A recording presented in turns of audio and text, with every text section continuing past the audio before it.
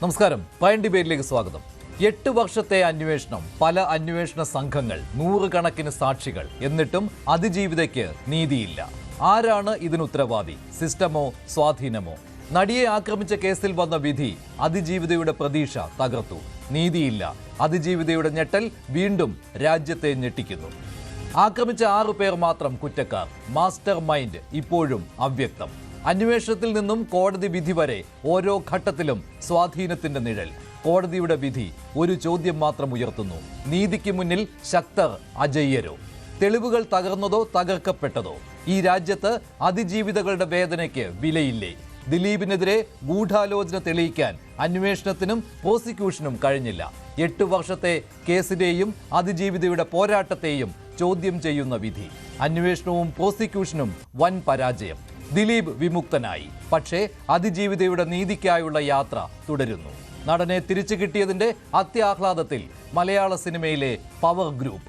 മഞ്ജു വാര്യർക്ക് നേരെ ഗൂഢാലോചന തിയറി തിരിച്ച് ദിലീപ്. ഇനിയും കാണേണ്ടി വരുമോ ഗോപാലലീലകൾ? പ്രൈം ഡിബേറ്റ് ചർച്ച ചെയ്യും.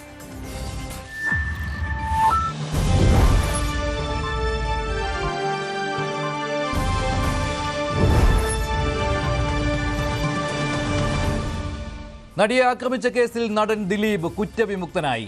കേസിലെ ആദ്യ 6 പ്രതികൾ മാത്രമാണ് കുറ്റക്കാർ. അതിൽ പൾസർ സുനിയും പൾസർ സുനിയുടെ കൂട്ടാളികളുമാണ് ഉൾപ്പെടുന്നത്. ദിലീപിനെതിരെ ഗൂഢാലോചന കുറ്റം തെളിയിക്കാൻ പ്രോസിക്യൂഷന് കഴിഞ്ഞില്ല. 8 വർഷത്തെ അന്വേഷണവും പ്രോസിക്യൂഷന്റെ വാദങ്ങളും പരാജയപ്പെട്ടു. അപ്പീൽ നൽകുമെന്ന് പ്രോസിക്യൂഷൻ അറിയിച്ചിട്ടുണ്ട്. വിധിപ്പകർപ്പ് പുറത്തു വന്നാലുടനെ അപ്പീലിനായി ഹൈക്കോടതിയെ സമീപിക്കും.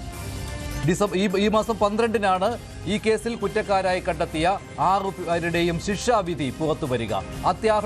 ആഹ്ലാദത്തോടു കൂടിയാണ് മലയാള സിനിമയിലെ പവർ ഗ്രൂപ്പ് ദിലീപിന്റെ കുറ്റവിമുക്തമാകൽ ആഘോഷിക്കുന്നത്. വൈകാതെ തന്നെ ദിലീപിനെ സിനിമാ സംഘടനകളിലേക്ക് തിരിച്ചെടുക്കും. അതിജീവിതയ്ക്ക് നീതി കിട്ടിയിട്ടില്ല എന്ന് സർക്കാരും കരുതുന്നു. മന്ത്രിമാരുടെ പ്രതികരണം ഈ രീതിയിൽ ഉള്ളതായിരുന്നു. ആദ്യം മന്ത്രി പി രാജീവിന്റെ ഇക്കാര്യത്തിലുള്ള പ്രതികരണം കേൾക്കാം. എല്ലാവരും പ്രതീക്ഷിച്ചതുപോലെയുള്ള ഒരു വിധിയിലേക്ക് എത്തിയിട്ടില്ല. അതുകൊണ്ട് തന്നെ ഇപ്പോൾ ഇതിൽ നിങ്ങൾക്ക് എല്ലാവർക്കും അറിയാവുന്നതുപോലെ ശക്തമായ നിലപാടാണ് സർക്കാർ സ്വീകരിച്ചത്. എക്കാലത്തും അതിജീവിതയ്ക്കൊപ്പം ഉറച്ചു നിൽക്കുന്ന ഒരു നിലപാടാണ് മുഖ്യമന്ത്രിയും സർക്കാരും സ്വീകരിച്ചത്. പോലീസ് വളരെ ശക്തമായിട്ടുള്ള ഒരു അന്വേഷണമാണ് നടന്നത്. എന്നാൽ അതിൽ നിന്ന് വ്യത്യസ്തമായിട്ടുള്ള ഒരു വിധിയാണ് ഇപ്പോൾ വന്നിട്ടുള്ളത്. കുറ്റം തെളിയിക്കപ്പെട്ടു, അത് പ്രധാനപ്പെട്ടത് തന്നെ. എന്നാൽ ഗൂഢാലോചനയെ സംബന്ധിച്ചുള്ള കാര്യത്തിൽ ഇപ്പോൾ പൂർണ്ണമായി വിധി വന്നതിന് ശേഷമാണ് നമുക്ക് അതിൻ്റെ എല്ലാ ഭാഗങ്ങളിലേക്കും പോകാൻ കഴിയുള്ളൂ. അതുകൊണ്ട് തന്നെ മുഖ്യമന്ത്രിയുമായി സംസാരിച്ചിരുന്നു. അപ്പീൽ പോകണം എന്നാണ് സർക്കാർ ഇപ്പോൾ തീരുമാനിച്ചിട്ടുള്ളത്. കഴിഞ്ഞ 8 വർഷമായി ദിലീപ് മൗനത്തിലായിരുന്നു. കേസിനെ കുറിച്ച് ദിലീപ് കാര്യങ്ങൾ വിശദീകരിച്ചിരുന്നില്ല. ഇന്ന് കുറ്റവിമുക്തനായ ശേഷം ദിലീപ് മാധ്യമങ്ങളോട് സംസാരിച്ചു.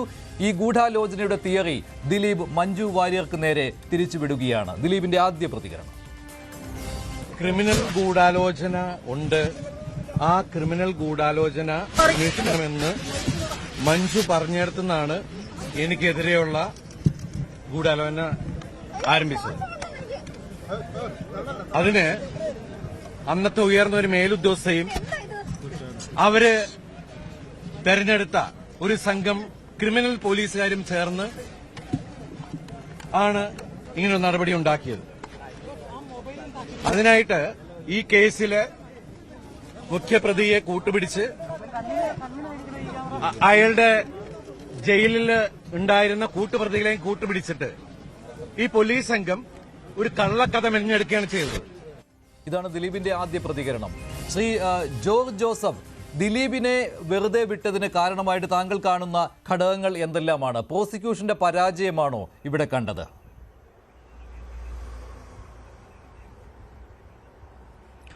അല്ല, പ്രോസിക്യൂഷന്റെ പരാജയമല്ല. പ്രോസിക്യൂഷനെ 120B ഗൂഢാലോചന കൃത്യമായിട്ട് അന്വേഷിച്ച് അതിനുള്ള എവിഡൻസ് കുറ്റചാർജിൽ കൊടുത്തിട്ടുണ്ട്. ഇതിന്റെ ഫസ്റ്റ് പാർട്ട്, ആ കുറ്റം ചെയ്ത ആ ഫീൽഡിലുണ്ടായിരുന്ന 6 പ്രതികളെ കോടതി ശിക്ഷിച്ചു. അതേസമയത്ത് ഗൂഢാലോചന തെളിഞ്ഞില്ല എന്നാണ്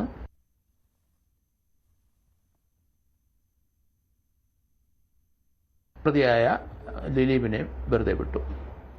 ഈ കേസിന്റെ ഗൂഢാലോചനയെപ്പറ്റി കോടതിയുടെ ഇന്റർപ്രിട്ടേഷൻ എന്താണെന്ന് ജഡ്ജ്മെന്റ് കിട്ടിയെങ്കിൽ മാത്രമേ നമുക്കറിയാൻ പറ്റുള്ളൂ.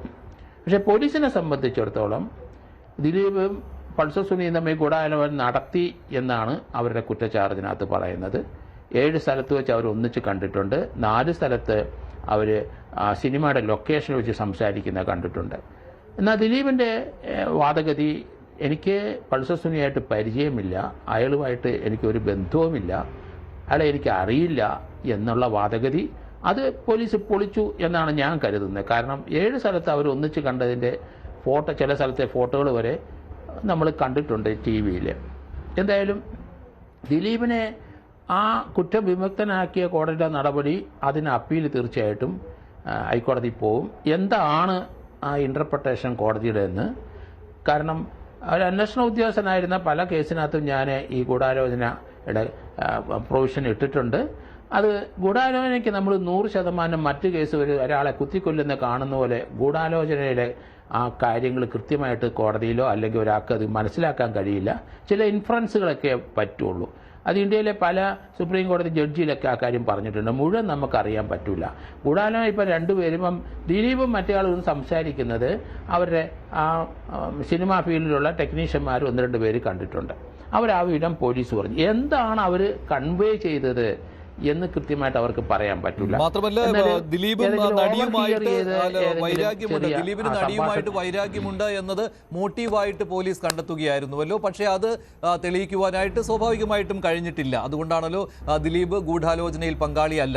ആദ്യ 6 പേർ ചേർന്നുള്ള ഗൂഢാലോചനയും അങ്ങനെ ആ കൃത്യം നിർവഹിക്കുകയുമായിരുന്നു ഉണ്ടായതെന്ന്. പക്ഷേ ദിലീപ് ഇപ്പോൾ പുറത്തു വന്നപ്പോൾ പറയുന്ന കാര്യമുണ്ടല്ലോ, ഗൂഢാലോചന നടന്നത് തനിക്കെതിരെ ആണെന്ന്. അപ്പോൾ ദിലീപിന്റെ അടുത്ത ലക്ഷ്യം എന്താണ്? ഇപ്പോൾ മഞ്ജു വാര്യരുടെ പേര് പോലും പറഞ്ഞുകൊണ്ടാണ് ദിലീപ് ഇങ്ങനെ ഒരു പ്രതികരണം നടത്തിയിരിക്കുന്നത്.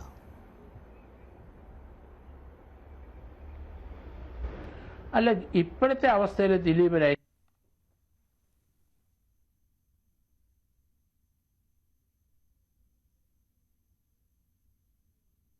ഇതിന് സാങ്കേതികമായ പ്രശ്നങ്ങളുണ്ട്. ശ്രീ ജോസ് തോമസ്, സിനിമാ സംഘടനകൾക്ക് ഇത് ആഹ്ലാദത്തിന്റെ നിമിഷമാണല്ലോ. ഉടൻ തന്നെ ദിലീപിനെ തിരികെ എടുക്കാൻ പോവുകയാണ് അദ്ദേഹത്തെ പുറത്താക്കിയിരുന്ന സംഘടനകൾ. അന്നും അത് സന്തോഷത്തോടു കൂടി പുറത്താക്കിയ കാര്യമല്ല. നടിക്കൊപ്പമാണ്, അതോടൊപ്പം ദിലീപിനൊപ്പമാണ്.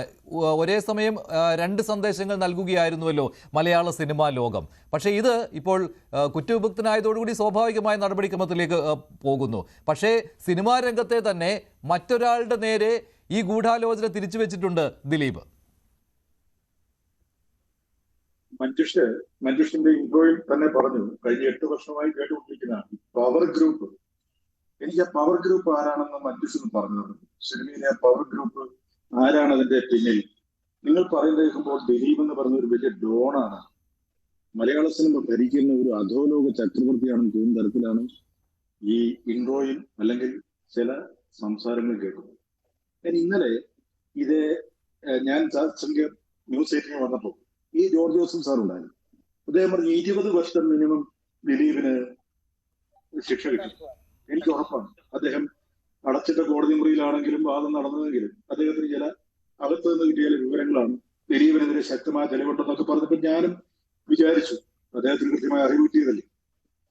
ഇപ്പോൾ ഇന്ന് വെറുതെ വിട്ടിരിക്കുന്നു. ഈ വെറുതെ വിട്ടപ്പോൾ സിനിമാ സംഘടനകൾ ആഹ്ലാദത്തിലാണോ എന്ന് ചോദിച്ചാൽ ഒരു നിരപരാധി രക്ഷപ്പെടുന്നതിലുള്ള ആഹ്ലാദമാണ്. ഇവിടെ ഇൻട്രോയിൽ മഞ്ജുഷ് പറഞ്ഞു ഇരയ്ക്ക് നീതി കിട്ടിയില്ല. എന്താ ഇരയ്ക്ക് നീതി കിട്ടാത്തത്? ഇരയ്ക്ക് 6 പ്രതികളെ ശിക്ഷിച്ചപ്പോ, ക്രിമിനൽസുകളെ ശിക്ഷിച്ചപ്പോ എന്ന് പറഞ്ഞ പോലെ മറ്റൊരു ഇരയായി മാറിയ ദിലീപിന് കിട്ടിയില്ല, ന്യായം കിട്ടി, നീതി കിട്ടി. അതാണ് ഞാൻ മനസ്സിലാക്കുന്നത്. അതല്ലാതെ നിങ്ങൾ ഈ ഒരു സമൂഹം മൊത്തം പറയുന്ന ദിലീപ് അത് കുറ്റം ചെയ്തു എന്ന് കണ്ടതുപോലെയാണ് ബാക്കിയുള്ളവർ പറയുന്നത്. ഇത് കൃത്യമായി എവിഡൻസ് ഉണ്ടായിരുന്നെങ്കിൽ 7 സ്ഥലത്ത് പൾസർ സുനി അയാളും കൂടെ സംസാരിച്ചു, 4 സ്ഥലത്ത് വിശദമായി സംസാരിച്ചു എന്നൊക്കെ പറയുന്ന കാര്യങ്ങൾ ഉണ്ടായിരുന്നെങ്കിൽ കോടതി ശിക്ഷിക്കില്ല. ഇനിയിപ്പോ പറഞ്ഞു പടുത്താൻ പോകുന്നത് എന്താണ്? അയാളുടെ പണത്തിന് മുമ്പിൽ എല്ലാവരും ഭയപ്പെട്ടു, പണം കൊണ്ട് എറിഞ്ഞു. ഞാൻ ചോദിക്കട്ടെ, അങ്ങനെ പണം കൊണ്ട് നീതിയായ കോടതിയെ വിലക്ക് വാങ്ങി എന്നാണ് ആരെങ്കിലും പറയുന്നെങ്കിൽ അത് അതിന്റെ ഡയറക്റ്റ് അർത്ഥത്തിൽ അല്ലെങ്കിൽ ഞാൻ പറയാം. പക്ഷേ ഈ പൾസർ സുനിയായിട്ട് ഒരു കൊട്ടേഷൻ കൊടുത്തെന്ന് വിചാരിക്കുക.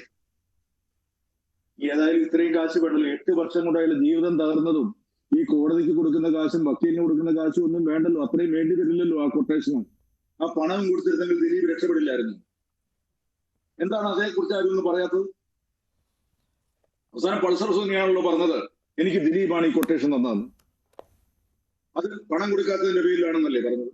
പണം കൊടുത്തിരുന്നെങ്കിൽ അയാൾ പറയില്ലെന്നല്ലേ പറഞ്ഞത്? അപ്പൊ ദിലീപ് ഇത്രയധികം ജീവിതം മൊത്തം തകർന്നു പോകുന്ന ഒരു അവസ്ഥയിലേക്ക് നിൽക്കുമായിരുന്നു ദിലീപ് അങ്ങനെ കൊട്ടേഷൻ കൊടുത്തെങ്കിൽ? അപ്പോൾ താങ്കൾ ഉദ്ദേശിക്കുന്നത് ഇതിന് പിന്നിൽ ഒരു മാസ്റ്റർ മൈൻഡ് ഇല്ല, ഇതിന് പിന്നിൽ ഒരു മാസ്റ്റർ മൈൻഡ് ഇല്ല, പൾസർ സുനിയും ഈ ഗുണ്ടകളും ചേർന്ന് ആലോചിച്ച് ഇങ്ങനെ ഒരു കൃത്യം നടത്തി എന്നാണ്. പിന്നെ പൾസർ സുനിക്ക് അങ്ങനെ ഈ തൻ്റെ കൂട്ടാളികളുമായി ചേർന്ന് ഇങ്ങനെ ഒരു കൃത്യം നടത്തണമെന്ന് ഒരു സുപ്രഭാതത്തിൽ ബോധമുദിക്കുകയും ഇങ്ങനെ ചെയ്തു എന്ന് കരുതുക എന്ന് പൊതുസമൂഹത്തിന് അത് അംഗീകരിക്കാൻ പറ്റുകയില്ല അങ്ങനെയാണെന്ന്. കാരണം തെളിവുകൾ ആദ്യം കളക്ട് ചെയ്യുവാൻ അന്വേഷണ സംഘത്തിന് കഴിഞ്ഞിരുന്നു. താങ്കൾ പറയുന്നു വെച്ച് നോക്കുകയാണെങ്കിൽ ഈ ദിലീപിനെ പെടുത്തുകയായിരുന്നു എന്നുള്ളതാണല്ലോ, അതാണല്ലോ ഇന്ന് സിനിമാ ലോകത്തുള്ളവർ പറയുന്ന കാര്യങ്ങൾ, ദിലീപിനെ പെടുത്തുകയായിരുന്നുവെന്ന്. അങ്ങനെയൊക്കെ ഇപ്പോൾ സംസ്ഥാന പോലീസ് ഒരു സെലിബ്രിറ്റിയായ ഒരു താരത്തെ പെടുത്തുവാനായിട്ട് ശ്രമിച്ചു എന്നൊക്കെ പറയുമ്പോൾ അത് തീരാ കളങ്കമുണ്ടാക്കുന്ന ഒന്നാണ് എന്നുള്ള ബോധ്യത്തിൽ അങ്ങനെ ചെയ്തു എന്നൊക്കെ വിശ്വസിക്കുവാൻ പ്രയാസമാണ്. ശ്രീ ജോസ് തോമസ്, ശ്രീമതി ആശ ഉണ്ണിത്താൻ, ഇത് ദിലീപിനെ പെടുത്തുന്ന ഒരു കേസായി മാറുകയായിരുന്നു. അതിൽ നിന്ന് സമർത്ഥമായിട്ട് അദ്ദേഹത്തിന് രക്ഷപ്പെടുവാനും സാധിച്ചു. അതിന് കാരണം പ്രോസിക്യൂഷൻ തെളിവുകൾ നിരത്താൻ സാധിക്കാത്തതാണ്. താങ്കൾ അങ്ങനെ കരുതുന്നുണ്ടോ?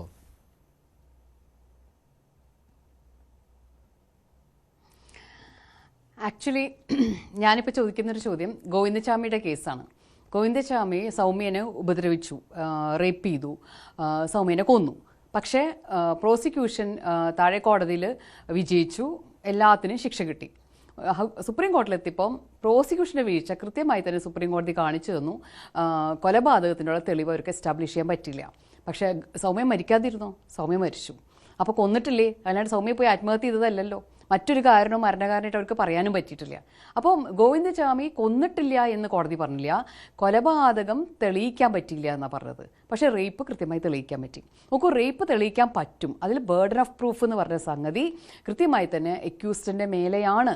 അത് നമ്മുടെ സിസ്റ്റത്തിൻ്റെ പ്രത്യേകതയാണ്. അതുകൊണ്ടാണ് റേപ്പിലെ എവിഡൻസ് അപ്രീഷിയേറ്റ് ചെയ്യുന്ന സമയത്തുള്ള ഡിഫറൻസ്. പക്ഷേ മറ്റ് കേസുകളിലെ എവിഡൻസ് അപ്രീഷിയേറ്റ് ചെയ്യുന്ന സമയത്ത് സംശയത്തിന് അതീതമായി തെളിയിക്കണം. പ്രത്യേകിച്ച് ക്രിമിനൽ കോൺസ്പിറൻസിയുടെ കേസ്. ക്രിമിനൽ കോൺസ്പിറസി എന്ന് പറഞ്ഞാൽ കോൺസ്പയർ ചെയ്തത്, അതായത് ഒരു ഗൂഢാലോചന ചെയ്തു എന്ന് തെളിയിക്കണം. ഈ ഗൂഢാലോചന നടക്കുന്ന എവിടെയാണ്? മനസ്സുകളിൽ നിന്ന് മനസ്സുകളിലേക്കാണ് നടക്കുന്നത്. അപ്പോൾ അത് മൊഴികളായിട്ട് വരണം. ആരൊക്കെയാണ് സംസാരിച്ചത്, ആരൊക്കെയാണ്. അപ്പോൾ മൊഴികളായിട്ട് വരണമെങ്കിൽ അത് എന്തുകൊണ്ട്, എങ്ങനെ ചെയ്തു, അപ്പോൾ അതിനൊരു മോട്ടീവ് ഉണ്ടാവണം. അപ്പോൾ ആ മോട്ടീവിനെ പറ്റി പറഞ്ഞ ആളുകൾ മുഴുവനും സാക്ഷി കൂറുമാറി. ഗൂഢാലോചന നടന്നു, ഈ പൾസർ സുനിയും ഇദ്ദേഹവും കൂടി കണ്ട് സംസാരിച്ചു എന്ന് പറയുന്ന ടെന്നീസ് കോർട്ടിലെ സാക്ഷി കൂറുമാറി. അങ്ങനെ കൂറുമാറൽ സാക്ഷിനെ കൊണ്ടുപോലും മറ്റു കാര്യങ്ങളൊക്കെ നമുക്ക് അറിയാവുന്നതാണ്. അതൊക്കെ പിന്നെ പറയേണ്ട കഥകളൊക്കെ. അപ്പോൾ അങ്ങനെ വലിയ ഒരു കൂറുമാറ്റം അവിടെ നടന്നു കഴിഞ്ഞു. ഇതിൻ്റെ കൂടെ ഇനി തെളിവായിട്ട് വരേണ്ടത് ഡോക്യുമെൻ്ററി എവിഡൻസ് ആണ്. ഡോക്യുമെൻ്ററി എവിഡൻസ് എന്ന് പറഞ്ഞാൽ ഡിജിറ്റൽ എവിഡൻസ് ആണ്. ഡിജിറ്റൽ എവിഡൻസുകൾ മുഴുവനും പല വിധത്തിൽ ടാമ്പർ ചെയ്യാനും അത് ഇല്ലാതാക്കാനുമുള്ള എല്ലാ സംവിധാനങ്ങളും അവർക്ക് സാധിച്ചു. നമ്മളവിടെയൊക്കെ വളരെ സ്ലോ ആയിരുന്നു. ഞാൻ എപ്പോഴും പറയുന്നതാണ്, നമ്മുടെ IT ആക്ട് വളരെ പുറകിലാണ്. അത് ഉണ്ടാക്കിയിരിക്കുന്നത് ട്രേഡ് ആൻഡ് താരിഫിന് വേണ്ടിയിട്ടാണ്, അല്ലാണ്ട് IT മേഖലയിൽ നടക്കുന്ന ക്രൈംസ് പിടിക്കാനല്ല. ഒരു 3-4 ക്രൈമുകൾ പിടിക്കുന്നു എന്ന് മാത്രമേ ഉള്ളൂ. അതിൽ 3-4 സെക്ഷൻസേ ഉള്ളൂ. ക്രൈമും ഓഫൻസും കോടികൾക്ക് കൊട്ടേഷൻ കൊടുത്ത ദിലീപിന് ആ പണം അങ്ങ് കൊടുത്താൽ മതിയായിരുന്നുവല്ലോ, കേസിലേ പെടുകയില്ലായിരുന്നു. അത് അങ്ങനെ ഉണ്ടായില്ല. ദിലീപ് പണം കൊടുത്തില്ല. അത് മാത്രമല്ല, അതിനേക്കാൾ വലിയ തുക ഈ കേസ് നടത്തിപ്പിന് വേണ്ടി ചെലവഴിക്കുകയും ചെയ്തു. അത് തന്നെ ഓർത്താൽ പോരായിരുന്നോ? ദിലീപ് അങ്ങനെ ഒരു കൊട്ടേഷൻ കൊടുത്തിട്ടില്ല. പൾസർ സുനി ജയിലിൽ നിന്ന് ഇങ്ങനെ ഒരു കത്ത് അയച്ച് ദിലീപിനെ കൊടുക്കുവാൻ ശ്രമിക്കുകയായിരുന്നുവെന്ന് ഇതാണ് പറയുന്ന നറേറ്റീവ് കേട്ടോ. ആയിക്കോട്ടെ, വലിയൊരു നറേറ്റീവ് എന്താണെന്നറിയോ? ഈ സംഭവം ഉണ്ടായി കഴിഞ്ഞപ്പോൾ ഈ പെൺകുട്ടിയെ എവിടേക്കാണ് പോയത്? ആ സമയത്ത് ആരവരെ സഹായിക്കാൻ വന്നത്? അങ്ങനെ ഒരു MLA അന്ന് PT തോമസ് സാറ് അദ്ദേഹം ഇല്ലായിരുന്നെങ്കിൽ ഈ കേസ് ഒരുപക്ഷെ ഇത്രയും രീതിയിൽ വരില്ലായിരുന്നു. ഈ കേസ് പുറത്തേക്ക് വന്നു. ഇല്ലെങ്കിൽ എന്താ, എന്നെ ഇങ്ങനെ ഉപദ്രവിച്ചു എന്ന ഈ സംഗതി ഒരു പക്ഷേ അവർക്ക് ആ സമയത്ത് പറയാൻ പോലും പറ്റില്ലായിരുന്നു. ആ രീതിയിലുള്ള സപ്പോർട്ട് അവർക്ക് കിട്ടിയത് ആ PT തോമസ് MLA ഉണ്ടായിരുന്ന കാരണം കൊണ്ടാണ്. അദ്ദേഹം ഇന്നില്ല. പക്ഷേ ആ ഒരു സംഗതി ഇത്രയും രീതിയിൽ പുറത്തേക്ക് വരുന്നും അത് അപ്പം തന്നെ വാർത്തയെ മാറുമെന്നും കൈവിട്ട് പോകുന്നു ഇവരാരും വിചാരിച്ചില്ല. ഇവർ ഇത് വെച്ച് ഭീഷണിപ്പെടുത്താനാണ് ഇരുന്നത്. പക്ഷേ ഇത് വെച്ച് ഭീഷണിപ്പെടുത്താനുള്ള സംഗതിക്കൊന്നും സമയം കിട്ടിയില്ല. പിന്നെ നേരം വൈകി പോയിട്ട് പിന്നീട് പൾസർ സുനിയൊക്കെ പിടിച്ചതിന് ശേഷം പിന്നീട് പോയിട്ട് ദിലീപ് ദിലീപ് ഞാൻ പൈസ സെറ്റിൽ ചെയ്യാതെ പറയാൻ പറ്റുമോ? കാരണം ആ ക്രൈം അപ്പോഴേ പോലീസിലേക്ക് എത്തിക്കഴിഞ്ഞു. ആ നിമിഷം പോലീസിലേക്ക് എത്തുന്നതോടുകൂടി പിന്നെ ആരെങ്കിലും പൈസ കൊണ്ടിടാൻ മണ്ടന്മാരാണോ? പൈസ എങ്ങനെ ട്രാൻസ്ഫർ ചെയ്യും? ചാക്കിൽ കെട്ടിക്കൊണ്ടേ കൊടുക്കുമോ? അത് എങ്ങനെ ട്രാൻസ്ഫർ ചെയ്യും? ഇതൊക്കെ നമുക്ക് കൃത്യമായി കണ്ടുപിടിക്കാവുന്നതല്ലേ? ദിലീപ് കൈയൊഴിഞ്ഞു. ഈ കൈയൊഴിഞ്ഞ ദിലീപിലേക്ക് എത്താൻ മറ്റു മാർഗമില്ലാത്തത് കൊണ്ട് കത്തെഴുതി. കൃത്യമാണത്. നിങ്ങൾക്ക് മാർട്ടിൻ്റെ വാക്കുകൾ വിശ്വസിക്കാമെങ്കിൽ നിങ്ങൾക്ക് സുനിയുടെ വാക്കും വിശ്വസിക്കാമല്ലോ. പക്ഷെ നിങ്ങൾ എന്തുകൊണ്ട് വിശ്വസിക്കുന്നില്ല? അതേസമയം അതിജീവിതയ്ക്ക് നീതി കിട്ടിയെന്നാണ് പറയുന്നത്. കാരണം 6 പേർ ശിക്ഷിക്കപ്പെട്ടു.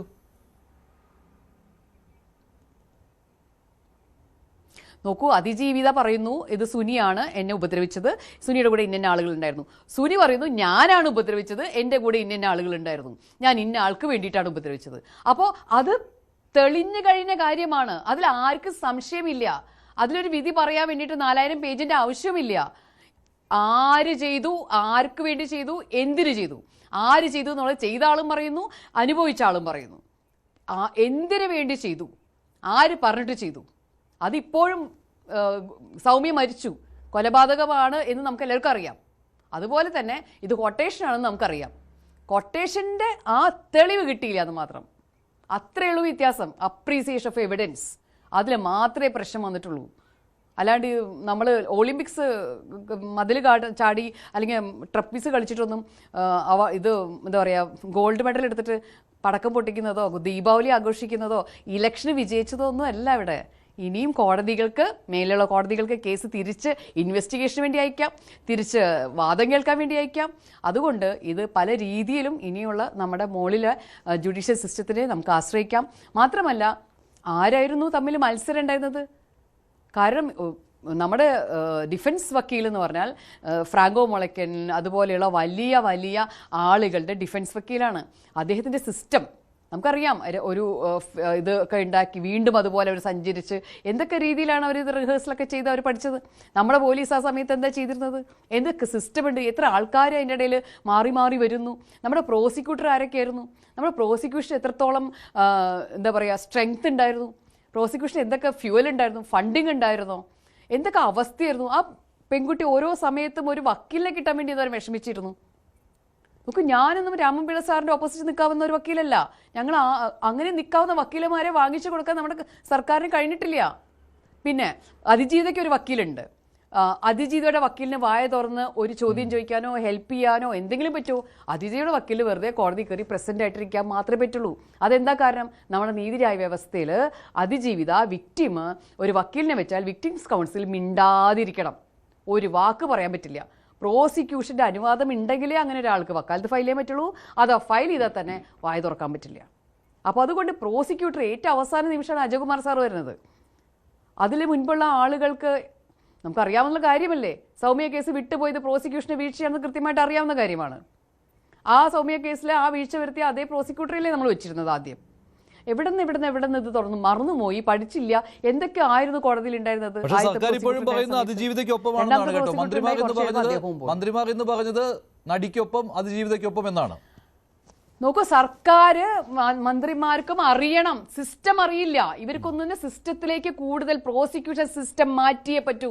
കേരളത്തിലെ പ്രോസിക്യൂഷൻ സിസ്റ്റം മാറ്റിയേ പറ്റൂ. അതുകൊണ്ട് തന്നെയാണ് സംഭവിച്ചുകൊണ്ടിരിക്കുന്നത്. നമ്മുടെ എക്വിറ്റൽ എന്തുകൊണ്ട് സംഭവിക്കണു ഒന്ന് ആലോചിച്ച് നോക്കൂ. നമ്മുടെ എക്വിറ്റൽ എന്തുകൊണ്ട് സംഭവിക്കണു? നിരാശയുള്ള വാക്കുകളാണ് വരുന്നത്.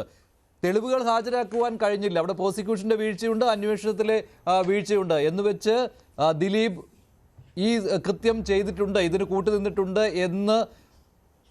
എന്നല്ല എന്ന് പറയുവാൻ സാധിക്കില്ല എന്നുള്ളതാണ്. അതായത് പ്രോസിക്യൂഷന്റെ പരാജയം, അതാണ് ആശാ ഉണ്ണിത്താൻ പറയുന്നത്. പ്രോസിക്യൂഷന് വീഴ്ചകൾ സംഭവിച്ചു. അതുപോലെ തന്നെ ഡിഫൻസ് വക്കീലിന് വായ തുറക്കാൻ, ഡിഫൻസ് വക്കീലിന്റെ പ്രാഗൽഭ്യം, വിക്ടിമിന്റെ വക്കീലിന് വായ തുറക്കാൻ പറ്റാതെ വന്നത്, ഇതൊക്കെയുണ്ട് ഇതിനകത്ത്. ശ്രീമാൻ ജോഷി, ഈ അഭിപ്രായങ്ങളെല്ലാം ഈ കേസിന്റെ വിധി വന്നതിന് ശേഷം നമ്മളിപ്പോൾ കേട്ടുകൊണ്ടിരിക്കുകയാണ്. പല ഘട്ടങ്ങളിൽ ശ്രീമതി ആശാ ഉണ്ണിത്താനോടൊപ്പം തന്നെ ഈ വിഷയവുമായി ബന്ധപ്പെട്ടതിൻ്റെ മെറിറ്റിൽ ചർച്ചയ്ക്കിരുന്നിട്ടുള്ള ഒരാളാണ് ഞാൻ. അപ്പോൾ ആ ഘട്ടങ്ങളിലൊന്നും ഇങ്ങനെയുള്ള വാദഗതികൾ ശ്രീമതി ആശ പറഞ്ഞതായിട്ട് ഞാൻ ഓർക്കുന്നില്ല. എൻ്റെ ഓർമ്മ തെറ്റാണെങ്കിൽ എന്നോട് ക്ഷമിക്കുക, പക്ഷെ ഞാനത് ഓർക്കുന്നില്ല. ശ്രീമതി TB മിനിയോടൊപ്പം ചർച്ചകളിൽ പങ്കെടുത്ത ആളാണ് ഞാൻ. കേൾക്കൂ, ശ്രീമതി TB മിനി അവിടെ കേസിൽ ഹാജരായ ആളാണ്. അവരോടൊപ്പം ചർച്ചകളിൽ പങ്കെടുത്ത ആളാണ് ഞാൻ. വളരെ എലിമെൻ്ററി ആയിട്ടുള്ള ചില ചോദ്യങ്ങൾ ന്യൂസ് 18 ചർച്ചയിൽ തന്നെ ഞാൻ ശ്രീമതി ടി ബി മിനിയോട് ചോദിച്ചു. അതിൻ്റെ വീഡിയോ ഇപ്പോഴും യൂട്യൂബിൽ ലഭ്യമാണ്. അപ്പോൾ അതിൽ ഈ കേസുമായി ബന്ധപ്പെട്ട അതിൻ്റെ മെറിറ്റിനെക്കുറിച്ച് എലിമെൻ്ററി ആയിട്ടുള്ള ചില ചോദ്യങ്ങൾ ചോദിക്കുന്ന സമയത്ത് ശ്രീമതി മിനിക്ക് ഒരു ചിരിയല്ലാതെ അതിന് മറുപടി ഉണ്ടായിരുന്നില്ല. അത് വളരെ വ്യക്തമായിട്ട് നമുക്ക് അതിൻ്റെ വീഡിയോ കാണാവുന്നതാണ്, അവിടെ ഉള്ളതാണ്.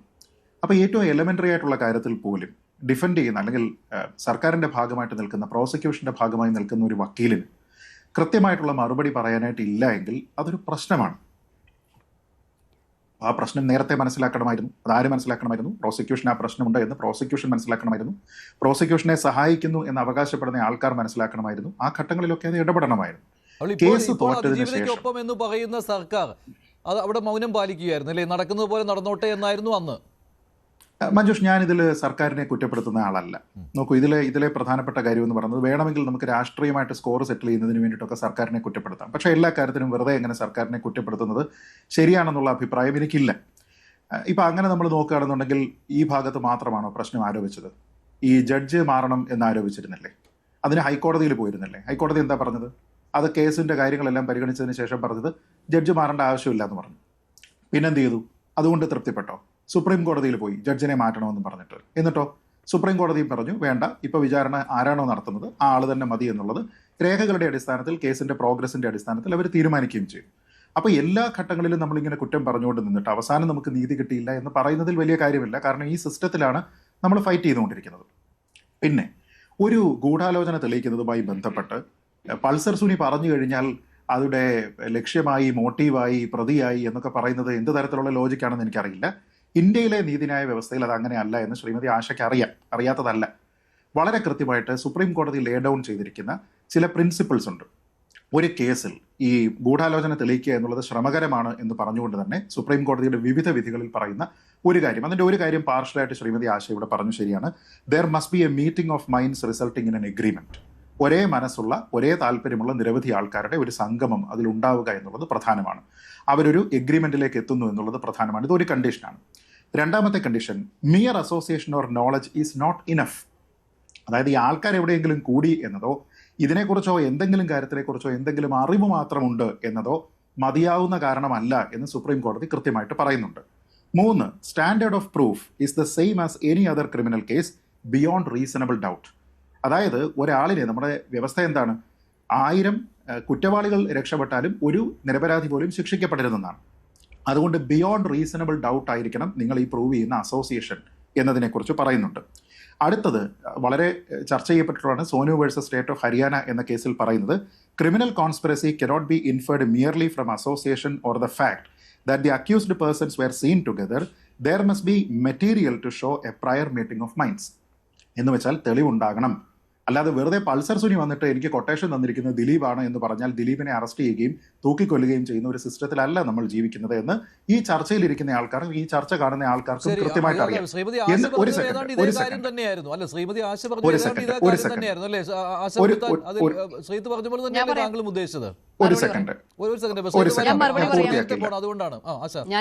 ശരി, പറഞ്ഞോളൂ. പൂർത്തിയാക്കൂ.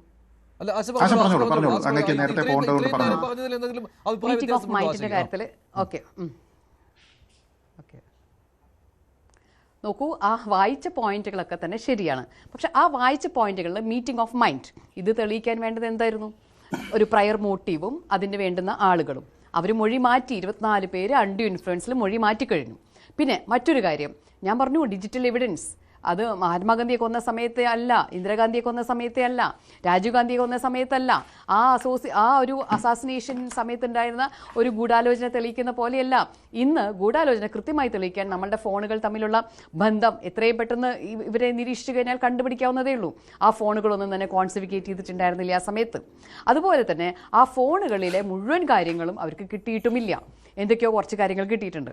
അത് ഇങ്ങനത്തെ ഒരുപാട് ഇഷ്യൂസ്, സായി ശങ്കർ അടക്കം അത് ഫോണുകളിൽ നിന്നും ചോർത്തിയെടുത്ത് കേട്ട കാര്യങ്ങൾ, പേഴ്സണലി നമ്മളോട് വന്ന് സംസാരിച്ച കാര്യങ്ങൾ പോലും സായി ശങ്കറിനെ വിശ്വസിക്കാമെങ്കിൽ, കാരണം ഇവർ ക്രിമിനലുകളെ വിശ്വസിക്കാൻ പാടില്ല. അപ്പോൾ സായി ശങ്കർ ഇപ്പോൾ ക്രിമിനലല്ല, അയാൾ സാക്ഷിയായിട്ട് വരാൻ തയ്യാറായ ഒരാളെന്നും. പക്ഷെ അയാൾ മറ്റേ രാമൻപിള്ള സാറിൻ്റെ കൂടെയാണ് വർക്ക് ചെയ്തിരുന്നത്. പിന്നീട് അവിടെ നിന്ന് തെറ്റിപ്പിരിഞ്ഞ് പുറത്തു വരുമ്പോഴാണ് ഈ വിഷയങ്ങൾ അറിയുന്നത്. പക്ഷെ ഒരു തെളിവുമില്ല. ഈ തെളിവുകളൊക്കെ വളരെ ബ്യൂട്ടിഫുൾ ആയിട്ട് ഡിഫൻസ് വളരെ വേഗത്തിൽ തന്നെ വർക്ക് ചെയ്ത് എല്ലാ തെളിവുകളും അതിൽ നിന്ന് ഒഴിവാക്കി. അപ്പോൾ നേരത്തെ പറഞ്ഞ ഈ കണ്ടീഷൻസിലേക്ക് തെളിവുകൾ വെക്കാൻ വേണ്ടി തെളിവുകൾ ടാമ്പർ ചെയ്യപ്പെട്ടു. തെളിവുകൾ നേരത്തെ പിടിച്ചെടുക്കാൻ സാധിച്ചിട്ടില്ല. തെളിവുകൾ ടാമ്പർ ചെയ്യപ്പെട്ടിട്ടുണ്ട്. പല കാര്യങ്ങളും തെളിവുകൾ ടാമ്പർ ചെയ്യപ്പെട്ടിട്ടുണ്ട്. കേരള പോലീസിന്റെ ഒരു വലിയ വീഴ്ചയാണ്.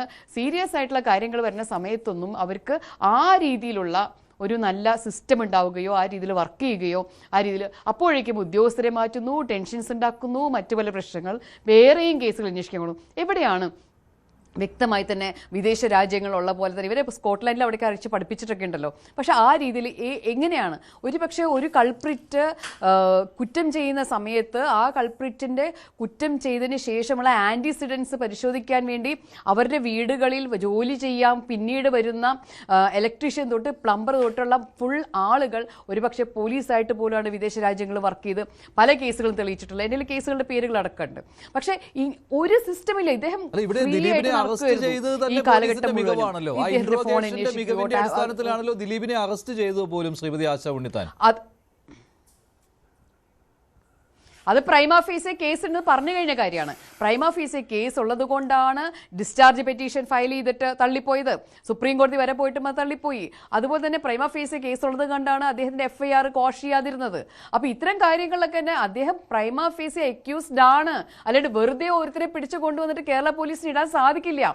അതും ഈ രാമപിള്ള സാറിനെയും അതിനപ്പുറത്തെ സാറുമാരെയും വെച്ച് സുപ്രീം കോടതി വരെ പോയി FIR ഇല്ലാണ്ടാക്കാൻ നോക്കിയ ആൾക്കാരാണ്. അപ്പൊ അവിടെയൊക്കെ തള്ളിപ്പോയി. Appreciation of evidence is entirely different. ഞാൻ പറഞ്ഞല്ലോ, റേപ്പ് കേസിലെ എങ്ങനെയാണോ സാക്ഷികളുടെ മൊഴികൾ എടുത്തുകൊണ്ട് മൊത്തം എവിഡൻസ് എടുത്തുകൊണ്ട് ചെയ്യുന്നത് എന്ന് വെച്ചാൽ നമ്മുടെ നീതിന്യായ സിസ്റ്റത്തിൽ വളരെ ഡിഫറെൻ്റ് ആണ്. റേപ്പ് കേസിലും സ്ത്രീധന മരണ കേസുകളിലും നമ്മുടെ ബേർഡൻ ഓഫ് പ്രൂഫ് വ്യത്യാസമായിട്ട് വർക്ക് ചെയ്യുന്നത്. ബാക്കി എല്ലാ കേസിലും കൂട്ടിൽ കയറി നിൽക്കുന്ന ആൾ ടോട്ടലി ഇന്നസെൻ്റ് ആണ്. ബിയോണ്ട് റീസണബിൾ ഡൗട്ട് നമ്മൾ തെളിയിച്ച് കൊടുക്കണം അയാൾ കുറ്റവാളിയാണെന്ന്. എന്നാൽ റേപ്പ് കേസിലോ സ്ത്രീധന മരണ കേസുകളിലോ അങ്ങനെയല്ല.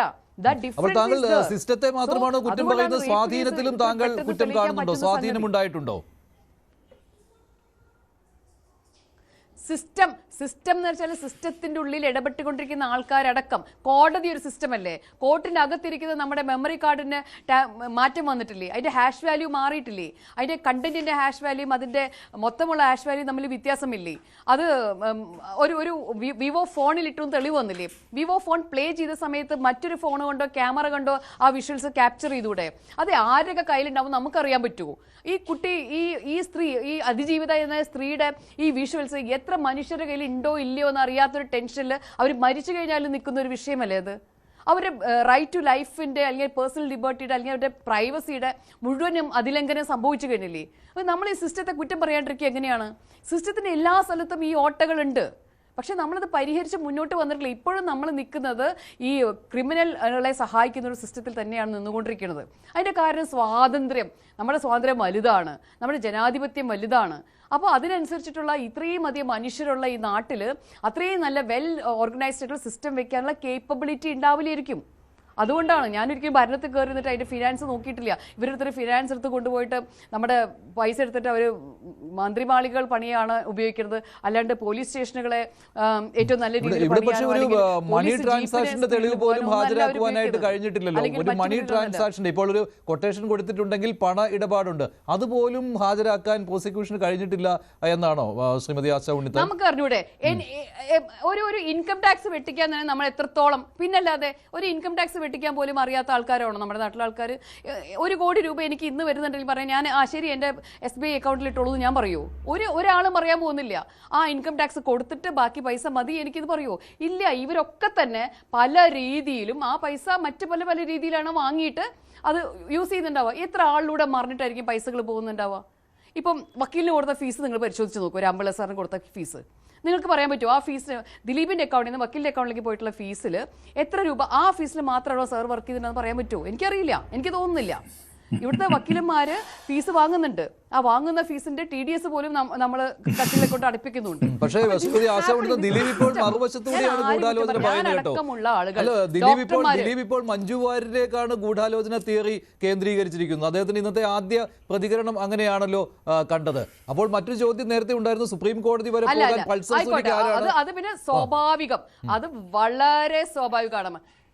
ഇത്രയും നാളും വളരെയധികം മിണ്ടാതിരുന്ന് മഞ്ജുവിനെതിരെ ഒരു വാക്ക് പോലും പറയാതിരുന്ന ആൾ പുറത്ത് സർവേശ്വരന് നന്ദി, അടുത്ത ഒരു മഞ്ജുവാണ് എല്ലാത്തിനും കാരണം.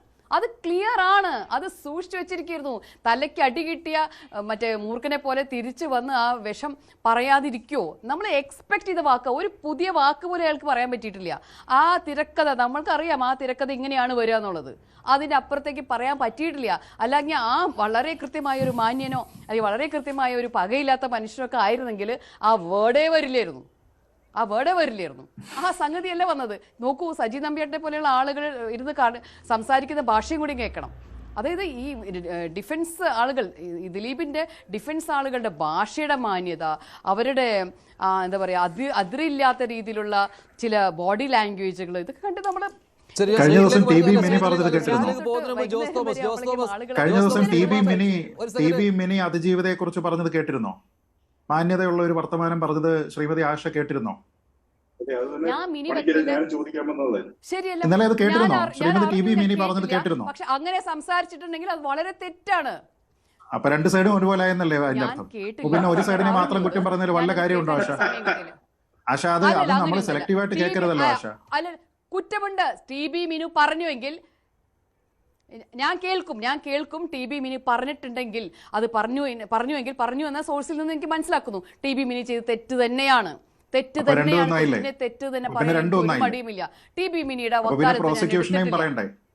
അപ്പൊ നമ്മൾ ഡിഫൻസിനെ മാത്രം പറയണോ? പ്രോസിക്യൂഷനെ പറയണ്ടേ? അല്ല, അപ്പൊ പ്രോസിക്യൂഷനെ മാത്രം, അല്ല ഡിഫൻസിനെ മാത്രം കുറ്റം പറഞ്ഞാൽ മതിയോ? പ്രോസിക്യൂഷനെ കുറ്റം പറയണ്ടേ? ഞാൻ പറയുന്നത് അതിജീവിതയുടെ ഭാഗമായി നിൽക്കുന്ന ആൾക്കാർ പറയുന്ന മര്യാദ. താങ്കൾ എന്താ പറഞ്ഞേ? ദിലീപിന്റെ കാര്യത്തിൽ ഡിഫൻസും ദിലീപിന് വേണ്ടി പറയുന്ന ആൾക്കാരും സംസാരിച്ചതെന്നാ പറയുന്നത്. അപ്പൊ ടി ബി മിനി ആർക്ക് വേണ്ടിയാ സംസാരിച്ചത്? അപ്പൊ ടി ബി മിനിക്ക് എന്തിനാ ആനുകൂല്യം നൽകുന്നതിനാ? എല്ലാ ആൾക്കാരും പറയുന്നത് നമ്മൾ കേട്ടോണ്ടായിരിക്കുന്നത്. സെലക്റ്റീവായിട്ട് നമ്മുടെ ചെവി കേൾക്കുന്നത് ശരിയല്ല. തെറ്റ് വന്നിട്ടുണ്ടെങ്കിൽ ആര് പറഞ്ഞാലും തെറ്റാണ്, അല്ലെ?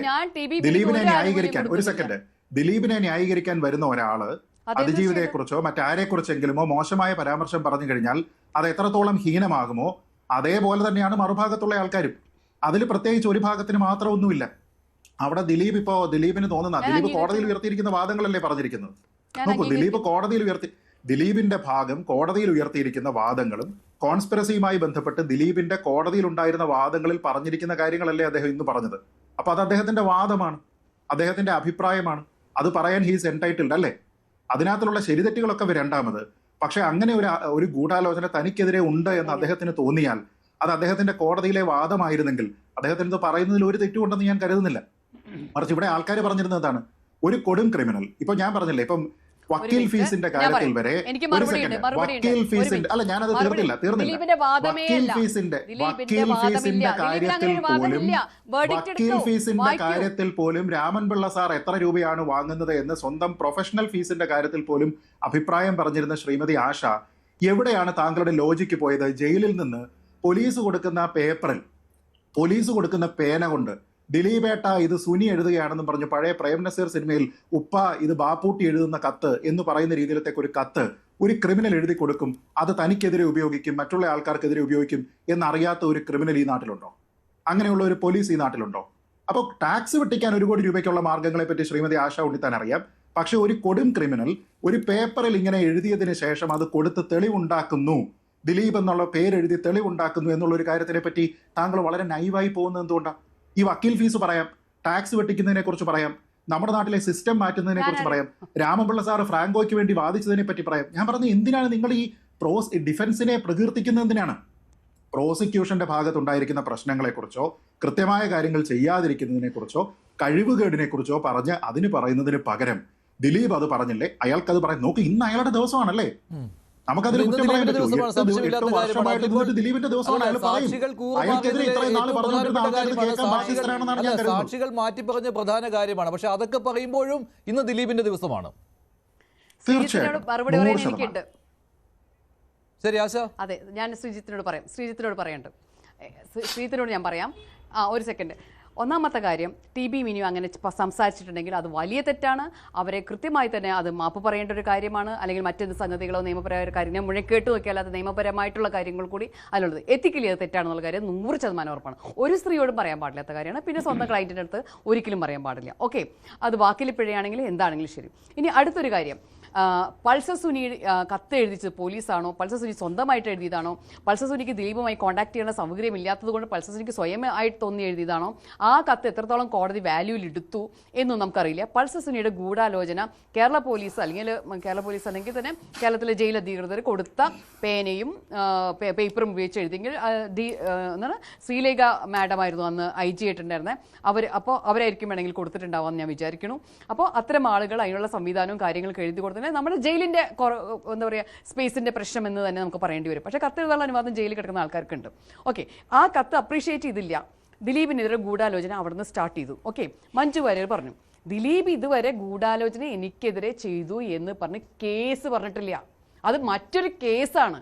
ആ കേസ് ഇതുവരെ വന്നിട്ടില്ല. മലീഷ്യസ് പ്രോസിക്യൂഷനെതിരെ ഒരു കേസ് വന്നിട്ടില്ല. അയാൾ പറഞ്ഞിരിക്കുന്നത് ഞാൻ ഗൂഢാലോചന ചെയ്തു. മലീഷ്യസ് പ്രോസിക്യൂഷനെതിരെ ഇത് കഴിഞ്ഞിട്ടല്ലേ കേസ് കൊടുക്കാൻ പറ്റൂ ശ്രീമതി ആശ? പിന്നെ അയാൾ ആ തെളിവുകളാണ്. അല്ല, അത് തുടക്കമിടുന്നതാണോ ആശ? ദിലീപ് ഇപ്പോൾ ഈ കേസ് കഴിഞ്ഞ് പുറത്തിറങ്ങിയപ്പോൾ മലീഷ്യസ് പ്രോസിക്യൂഷന് നമ്പി നാരായണൻ കേസ് കൊടുക്കുകയാണെങ്കിൽ ഏത് ഘട്ടത്തിൽ കൊടുക്കും? അയാളുടെ കേസ് നടക്കുന്ന സമയത്ത് കൊടുക്കുമോ, കേസ് കഴിഞ്ഞിട്ട് കൊടുക്കും? അല്ല, ഇനി കൊടുക്കാമല്ലോ ശ്രീമതി ആശ. ഇനിയാണ് ആരോപണം ഉന്നയിക്കുകയാണ്. ഇനിയാണ് കൊടുക്കേണ്ടത്. കൊടുക്കട്ടെ കേരള പോലീസിനെതിരെ, ക്രിമിനൽ സംഘമായ കേരള പോലീസിനെതിരെ കൊടുക്കട്ടെ, മഞ്ജു വാര്യർക്കെതിരെ കൊടുക്കട്ടെ, പേനയും പേപ്പറും കൊടുത്ത DGPയുടെ ജയിൽ DGPയുടെ ഉദ്യോഗസ്ഥർക്കെതിരെ കൊടുക്കട്ടെ. ആരൊക്കെയാണ് അയാളെ കൊണ്ട് എഴുതിച്ചാൽ കൊടുക്കട്ടെ.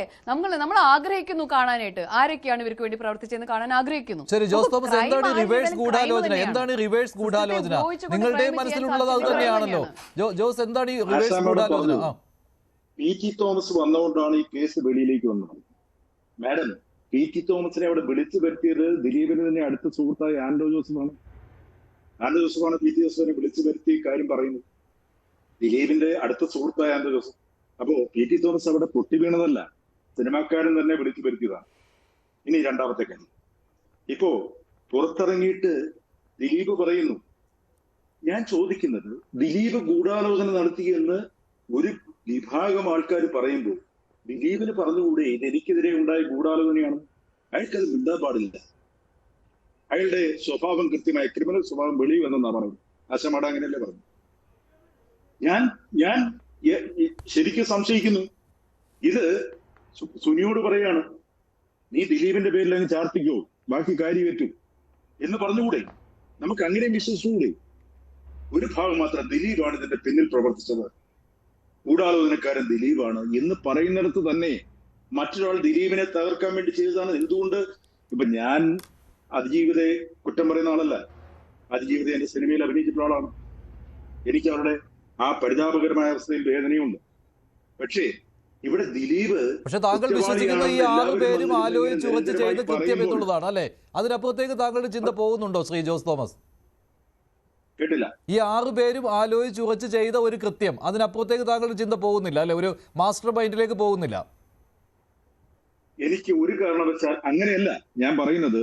എനിക്ക് ദിലീപിലേക്ക് പോകാൻ കഴിയില്ല. എന്നാൽ ദിലീപിനെ കൊടുക്കാൻ വേണ്ടി ഇവരെ ആരെങ്കിലും ഉപയോഗിച്ചതാണെങ്കിലും, പൾസർ സുനിയെയും ബാക്കി 5 പേരെയും ദിലീപിനെ കൊടുക്കാൻ വേണ്ടി ആരെങ്കിലും ഉപയോഗിച്ചതാണെങ്കിലും, ആരെങ്കിലും അതിന്റെ പിന്നിൽ പ്രവർത്തിച്ചിട്ടുണ്ടെങ്കിലും, അതിന് കോടികൾ വാഗ്ദാനം ചെയ്തിട്ടുണ്ടെങ്കിലും നമുക്ക് അങ്ങനെ ചിന്തിച്ചൂടെ? ഇതിപ്പോ അതേത് രീതിയിൽ അത് താങ്കൾ അത് ഒരു തിരക്കഥയുടെ രൂപത്തിലേക്ക് ആക്കുകയാണ്? അല്ല, ഇത് തിരക്കഥയില്ലേ? ദിലീപിനെതിരെ കൊണ്ടുവന്ന ആരോപണം തിരക്കഥയില്ലേ? അതെന്താ തിരക്കഥയില്ലെന്ന് പറയാത്തത്? അല്ല, തെളിയിക്കാൻ പറ്റാത്തത് കൊണ്ടാണല്ലോ, അത്രയേ ഉള്ളൂ. അല്ല, തെളിയിക്കാൻ പറ്റാത്ത ആളുടെ പരാജയമാണെങ്കിലും മുഖ്യമന്ത്രി ഈ കേസ് 6 പേരെ അറസ്റ്റ് ചെയ്തപ്പോ പറഞ്ഞ എന്താണ്? ഇതിന്റെ പിന്നിൽ മറ്റാരുമില്ല, ഈ 6 ക്രിമിനൽസേ ഉള്ളെന്ന് ആദ്യം മുഖ്യമന്ത്രി പറഞ്ഞതല്ലേ? അപ്പോ ആശാ മാഡം പറയുന്നത് വെച്ച് നോക്കിയാൽ ഇവിടുത്തെ പോലീസ് കഴിവുകെട്ട പോലീസാണ്, പ്രോസിക്യൂഷൻ കഴിവുകെട്ട പ്രോസിക്യൂഷൻ ആണെന്നല്ലേ പറഞ്ഞതിന്റെ അർത്ഥം? പ്രോസിക്യൂഷന് കൃത്യമായി തെളിവുകൾ കിട്ടുന്നില്ല. അവർക്ക് എവിടുന്നാണ് തെളിവുകൾ കിട്ടുക? കാരണം ഇത് കെട്ടിച്ചമച്ച ഒരു കേസായതുകൊണ്ട് കൃത്യമായി തെളിവുകൾ ഉണ്ടായിരുന്നില്ല. അത് തന്നെയാണ് അതിന്റെ കാര്യം. അല്ലാതെ അവരുടെ പരാജയം എന്ന് ഞാൻ പറയുന്നില്ല. അവർക്ക് ശരി, കൃത്യമായിട്ട് ശ്രീമതി ആശ ഉണ്ണിത്താൻ അതിന്റെ മറുപടി താങ്കൾക്ക് പോകണമെന്നറിയാം, അതിനുള്ള മറുപടി കൂടി. ഇത് റിവേഴ്സ് രീതിയിലാണ് ജോസ് തോമസ് പറയുന്നത്. അവർ പറഞ്ഞോട്ടെ, അവർക്ക് പറയാനുള്ള right to speech and expression എനിക്കുമുണ്ട്, അവർക്കുമുണ്ട്. അതുകൊണ്ടാണല്ലോ അഭിപ്രായ സ്വാതന്ത്ര്യങ്ങളുള്ള മനുഷ്യരും അത് യൂസ് ചെയ്യാൻ അറിയുന്ന മനുഷ്യരായതുകൊണ്ടാണല്ലോ ഞങ്ങളെ ഇവിടെ വിളിച്ചിരുത്തിയിരിക്കുന്നത്. പക്ഷെ എല്ലാത്തിനെയും ഡിഫൻസ് നടത്തിക്കൊണ്ട് എല്ലാത്തിനും ഉത്തരങ്ങൾ പറയേണ്ട ഉത്തരവാദിത്തം എനിക്കില്ല. ഒന്ന്, കേരളത്തിൻ്റെ പോലീസ് മികച്ച പോലീസാണ് എന്ന് ഞാൻ ഒരിക്കലും പറഞ്ഞിട്ടില്ല. കേരള പോലീസിൽ മികച്ച പോലീസുകാരുണ്ട് എന്ന് ഞാൻ പറഞ്ഞിട്ടുണ്ട്. കേരള പോലീസ് സിസ്റ്റം മികച്ചതെന്ന് പറഞ്ഞിട്ടില്ല. ഞാൻ ലോക പോലീസായിട്ടാണ് കൈമാറി പറയുന്നത്. എൻ്റെ കയ്യിലിരിക്കുന്ന ഫോണ് ആപ്പിൾ ആണെങ്കിൽ ലോകത്തിൽ മറ്റ് രാജ്യങ്ങൾ, വിദേശ രാജ്യങ്ങൾ ഉപയോഗിക്കുന്ന ആൾക്കാരുടെ ഫോണും ആപ്പിൾ ആണെങ്കിൽ ഞാൻ വായിക്കുന്ന പുസ്തകങ്ങൾ, അവിടുത്തെ പ്രസിദ്ധീകരിച്ച പുസ്തകം ഇവിടെ പ്രസിദ്ധീകരിച്ച പുസ്തകം അവിടെയും വായിക്കാമെന്നു, അവിടെ ഇറങ്ങുന്ന സിനിമ എനിക്ക് ഇവിടെ കാണാൻ പറ്റുന്നു, അവിടുത്തെ ബർഗർ ലിസ്റ്റ് അതേ ബർഗർ എനിക്ക് ഇവിടെ കഴിക്കാൻ പറ്റുന്നുണ്ടെങ്കിൽ എന്തുകൊണ്ട് നമ്മുടെ പോലീസ് സിസ്റ്റത്തിലും നമ്മുടെ ജനാധിപത്യ സിസ്റ്റത്തിലും മറ്റ് സ്ഥലങ്ങളിലും മാത്രം ഇങ്ങനത്തെ ഒരു ഇകഴിയ എന്താ പറയുക മോശമായിട്ടുള്ള അവസ്ഥ, ക്വാളിറ്റി ഇല്ലാത്ത അവസ്ഥ വരുന്നു? ഈ ക്വാളിറ്റി ഇല്ലാത്ത അവസ്ഥയിൽ ജീവിക്കാൻ പറ്റില്ല എന്നതുകൊണ്ടാണ് ഈ ക്വാളിറ്റി മാറ്റേണ്ടതുണ്ട്. നീതി ഡെലിവറി ചെയ്യണ ക്വാളിറ്റി മാറ്റണം, എക്സിക്യൂട്ടീവിൻ്റെ ക്വാളിറ്റി മാറ്റണം, ഒരുപാട് കാര്യങ്ങൾ. ഇത് നമ്മൾ കഴിക്കുന്ന ഭക്ഷണത്തിൽ പോലും ഉണ്ടാകുന്ന മായത്തിൽ ഞാൻ സംസാരിക്കുന്ന ആളാണ്. അല്ലാണ്ട് പോലീസ് എന്ന സിസ്റ്റത്തിന് മൊത്തം ഒരുപാട് ഇഷ്യൂസ് ഉണ്ട്. അത് കാലോചിതമായി പരിഷ്കരിച്ചുകൊണ്ടേയിരിക്കുന്നേ ഉള്ളൂ, പരിഷ്കരണം കഴിഞ്ഞിട്ടില്ല. അതുപോലെ തന്നെ ജുഡീഷ്യറിയിൽ ജോസ് തോമസ് പറയുന്ന മറ്റൊരു കാര്യമാണ്, പ്രോസിക്യൂഷന്റെ കൈവശം തെളിവുകളില്ലായിരുന്നു. അല്ലല്ല, ഈ കെട്ടിച്ചമച്ച കേസായതിനാൽ തെളിവുകളില്ല, പിന്നെ എങ്ങനെ പ്രോസിക്യൂഷൻ ഹാജരാക്കുമെന്നാണ് ജോസ് തോമസ് പറയുന്നത്. ഇത് 8 വർഷം അന്വേഷിച്ച ഒരു കേസാണെന്നുള്ളത് ചെറിയ കാര്യമല്ല. അതെ, നോക്കൂ, 8 വർഷം പോലീസിന് സമയം കിട്ടിയിരുന്ന ഒരു കേസിൽ ഇതുവരെയും ദിലീപ് ശിക്ഷിക്കപ്പെടുമെന്ന് ആത്മവിശ്വാസം പ്രകടിപ്പിച്ചിരുന്ന വ്യക്തികളാണ് ഇന്ന് സിസ്റ്റത്തിനെ കുറ്റം പറഞ്ഞിട്ട് ആപ്പിളിനെയും ബർഗറിനെയും ഈ ചർച്ചയിലേക്ക് കൊണ്ടുവരുന്നത്. ആപ്പിളും ബർഗറും അല്ല, മറിച്ച് നമ്മൾ ആലോചിക്കേണ്ടത് ഇന്നലെ വരെ ഇന്ത്യയിൽ നടന്നിരിക്കുന്ന ഏതൊരു കേസിനും ആപ്ലിക്കബിൾ ആയിട്ടുള്ള മാനദണ്ഡങ്ങളാണ് ഈ കേസിലും വന്നത്. ഇതിലേക്ക് നമ്മൾ ലോക മാതൃകകൾ സ്വീകരിച്ചു കഴിഞ്ഞാൽ വിധി മറ്റൊന്നാകും എന്നൊക്കെ പറഞ്ഞു കഴിഞ്ഞാൽ ആപ്പിളും ബർഗറും ഒക്കെ തന്നെയാണ് അതിനുള്ള ഉദാഹരണം. പക്ഷെ അത് ഫിറ്റ് ആവുന്നില്ല. ഫിറ്റ് ആവണം. നീതി എന്ന് പറഞ്ഞ സംഗതി ലോകത്ത് എല്ലാവരുടെയും ഒരുപോലെ തന്നെ വേണം. നമുക്ക് മാത്രം നീതി അന്വേഷിക്കുന്ന സമയത്ത് വളരെ വില കുറഞ്ഞ രീതിയിലുള്ള അന്വേഷണവും ഒരു ക്വാളിറ്റിയും ഇല്ലാത്ത രീതിയിലുള്ള കൊണ്ടുവരാൻ പറ്റില്ല. ബോംബെയിലേക്ക് എന്തിനാ ഫോൺ കൊണ്ടുപോയത്? ഫോൺ എന്തിനാ ബോംബെയിലേക്ക് കൊണ്ടുപോയത്? ഫോൺ ചോദിക്കുമ്പോൾ ഫോണും കൊണ്ട് മറ്റേ ജൂനിയർ വക്കീലുമാരെയും കൂട്ടിയിട്ട് ബോംബെയിലേക്ക് പറഞ്ഞയച്ചെന്തിനാ? അതിന് നമുക്ക് ഉത്തരണ്ടോ? ചെസ്റ്റിലിരിക്കുന്ന അങ്ങനെ നോക്കിയാൽ അന്വേഷണ ഉദ്യോഗസ്ഥൻ ദിലീപിനെ ഇന്റിമിഡേറ്റ് ചെയ്യുന്നതിന് വേണ്ടി ഈ കേസ് നടക്കാതിരുന്ന ഒരു കോടതിയിലും ദിവസവും സാഹചര്യവും ഇവര് രണ്ടുപേരും ഒരേ സ്ഥലത്ത് ഉണ്ടാകാതിരുന്ന സമയത്ത് ദിലീപ് തന്നെ ഭീഷണിപ്പെടുത്തി എന്ന് പറഞ്ഞത് ഈ അന്വേഷണ ഉദ്യോഗസ്ഥനല്ലേ? അങ്ങനെയെങ്കിൽ അന്വേഷണ ഉദ്യോഗസ്ഥൻ ഹോസ്റ്റൈലായി മാറുകയും ബയാസ്ഡായി മാറുകയും ക്രിമിനൽ ഇന്റിമിഡേഷൻ നടത്തുകയും ചെയ്തു എന്നുള്ളത് കോടതിയിൽ തെളിഞ്ഞതല്ലേ? കോടതി അന്ന് ജഡ്ജ്മെന്റിൽ പറഞ്ഞതാ. അന്ന് പറഞ്ഞിരുന്ന ജഡ്ജ്മെന്റിൽ ദിലീപുമായി ബന്ധപ്പെട്ട് ഈ കേസിൽ പ്രാഥമികമായി അന്ന് പറഞ്ഞിരുന്നത് എന്താ? ഈ സമയത്തും സന്ദർഭത്തിലും ഈ രണ്ടുപേരും ഒന്നിച്ചുണ്ടായിരുന്നില്ല എന്നല്ലേ? അതിനി മാറൂ. ഈ കേസ് അന്ന് ആ കോടതിയിലായിരുന്നില്ല എന്നും ഈ രണ്ടുപേരും അന്ന് അവിടെ ഉണ്ടായിരുന്നില്ല എന്നും പറഞ്ഞിരുന്നത് മാറൂ. ഇനി അത് മാറൂ ശ്രീമതി ആശ. അങ്ങനെയാണെങ്കിൽ ഹോസ്റ്റൈലായിട്ടുള്ള അന്വേഷണ ഉദ്യോഗസ്ഥനാണ്, ബയാസ്ഡ് ആയിട്ടുള്ള അന്വേഷണ ഉദ്യോഗസ്ഥനാണ് അല്ലേ? എനിക്ക് ക്ലിയർ ആണ് ഇത്തരം കാര്യങ്ങളിൽ. ബൈജു പൗലോസിൻ്റെ കേസാണ് നിങ്ങൾ പറയണത്.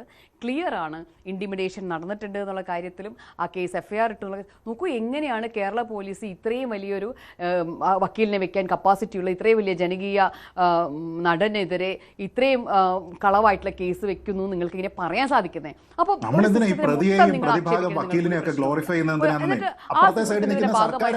ആ സിസ്റ്റത്തിന്റെ ഭാഗമായിട്ട് ദിലീപിനേക്കാൾ വലിയ വക്കീലന്മാരെ കൊണ്ടുവരാൻ വരുന്ന സർക്കാരാണ് അപ്പുറത്ത്.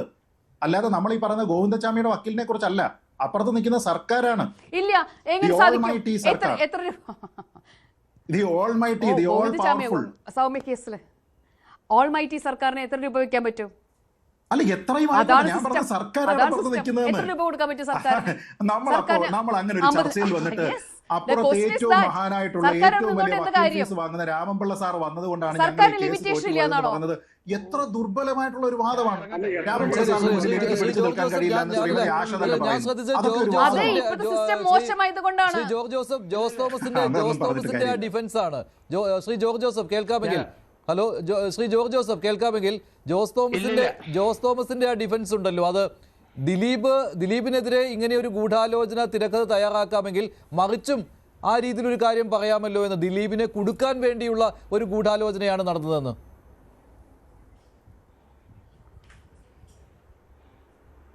ഇല്ല, ഞാൻ ഇവരുടെ പേരുടെ ആ രീതിയിലല്ല ചിന്തിക്കുന്നത്. എക്സലന്റ് ഇൻവെസ്റ്റിഗേഷനാണ് ഇതിനകത്ത് നടന്നത്. അതിനകത്ത് അവർ തൽക്കാലം തോറ്റുപോയെന്നല്ലേ ഉള്ളൂ. ഇതിൽ കൂടുതൽ എങ്ങനെയാണ് ഒരു കേസ് ഇൻവെസ്റ്റിഗേറ്റ് ചെയ്യുന്നത്? ഒരു മീറ്റിംഗ് ഓഫ് മൈൻഡ്സിന്റെ കാര്യമൊക്കെ പറഞ്ഞല്ലോ. 120B ഏത് കേസിലാണ് ഫുൾ പ്രൂഫ് ആയിട്ട് ഒരു എവിഡൻസ് ഇന്ത്യയിൽ കൊണ്ടുവരുന്നത്? ഒരു കണ്ടിട്ടില്ല. സുപ്രീം കോടതി തന്നെ പറഞ്ഞിട്ടുണ്ട് അതിന്റെ ഒരു ചെറിയ ഫ്രാഗ്മെന്റ് മതി. എന്താണെന്ന് എനിക്ക് മനസ്സിലാവുന്നില്ല. പോലീസിന്റെ എക്സലന്റ് ഇൻവെസ്റ്റിഗേഷൻ. ഇതിനകത്തൊരു കാര്യമുണ്ട്. ഇതിനകത്ത് 120B ഇത് ഈ പൾസർ സുനിക്ക് എന്തായിരുന്നു മോട്ടീവ്? ആ വിക്ടിമിന്റെ പൈസ ചോദിച്ചോ? വിക്ടിമിന്റെ അടുത്ത് പറഞ്ഞല്ലോ. അതെന്താ കോടതി വിശ്വസിക്കാത്തത്? വിക്ടിമിന്റെ അടുത്ത് പറഞ്ഞല്ലോ എനിക്കൊരു കൊട്ടേഷനാണ്, ഞാൻ വേണം നിനക്ക് പൈസ തരാം. അതെന്തിന്റെ വിക്ടിം അത് ആ പ്രതിയായിട്ട് കൺഫ്രണ്ട് ചെയ്യേണ്ട ആവശ്യമില്ലല്ലോ. അവരെ അൺറിലയബിൾ അല്ലല്ലോ ആ സ്റ്റേറ്റ്മെന്റ്. അവരെ ഭീതിപ്പെടുത്തി അവരെ കൊല്ലാൻ ശ്രമിക്കുന്ന സമയത്തല്ലേ അവര് ഈ ഒരു വിവരം അവരോട് ചോദിച്ച് മനസ്സിലാക്കുന്നത്. അതുകൊണ്ട് അതിനകത്ത് 120B ഇത് കൂടുതൽ അപ്പുറത്ത് എവിഡൻസ് കൊടുക്കാൻ ഇന്ത്യയിലെ ഒരു ഏജൻസിക്കും കഴിയില്ല. അല്ല, അങ്ങനെ തന്നെയാണ്. അതിനകത്ത് നമ്മളൊരു കാര്യം ആലോചിക്കണം. ഇയാൾക്ക് എന്താണ് മോട്ടീവ്? അത് പറയാത്തത് കോടതിയുടെ ജഡ്ജ്മെന്റ് വരട്ടെ.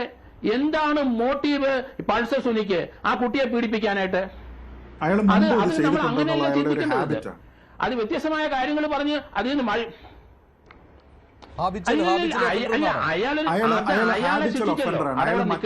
സിനിമാ നടിയെ ഇതേപോലെ തട്ടിക്കൊണ്ടുപോയതായിട്ടുള്ള പരാതിയുണ്ട്. അത് പരസ്യമായിട്ട് പുറത്തു വന്നിട്ടുണ്ട്. അത് ദിലീപ് കൊടുത്ത കൊട്ടേഷൻ ആണോ? അല്ല,